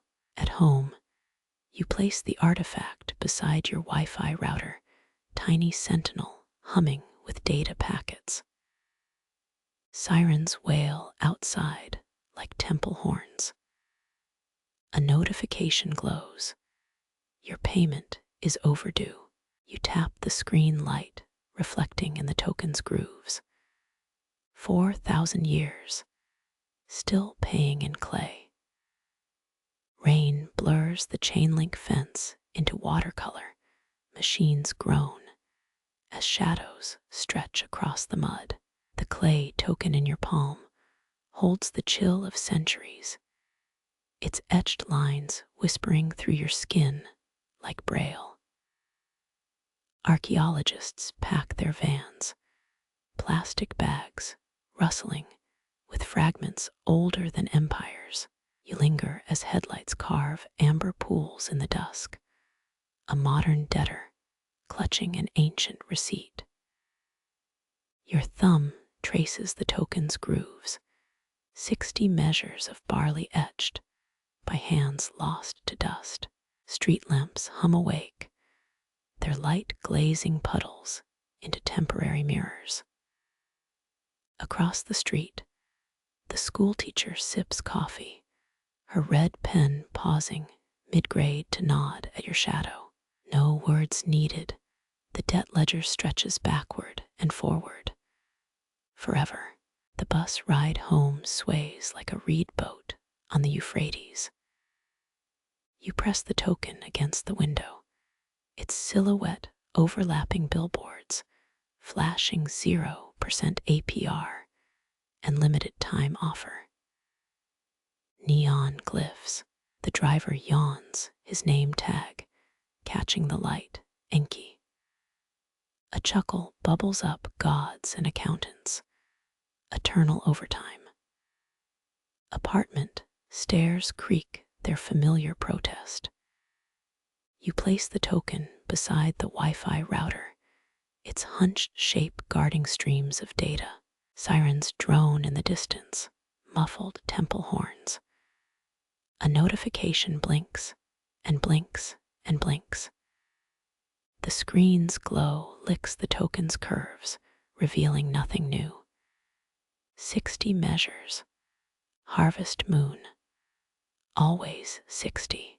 Crickets sync with the router's pulse. You sink into cushions, clay pressing half moons into your palm. Distant laughter floats through the window somewhere. A dish clatters, a child's bedtime protest. Your breath slows, matching the rhythm of archaeology. Layers upon layers, loan upon loan.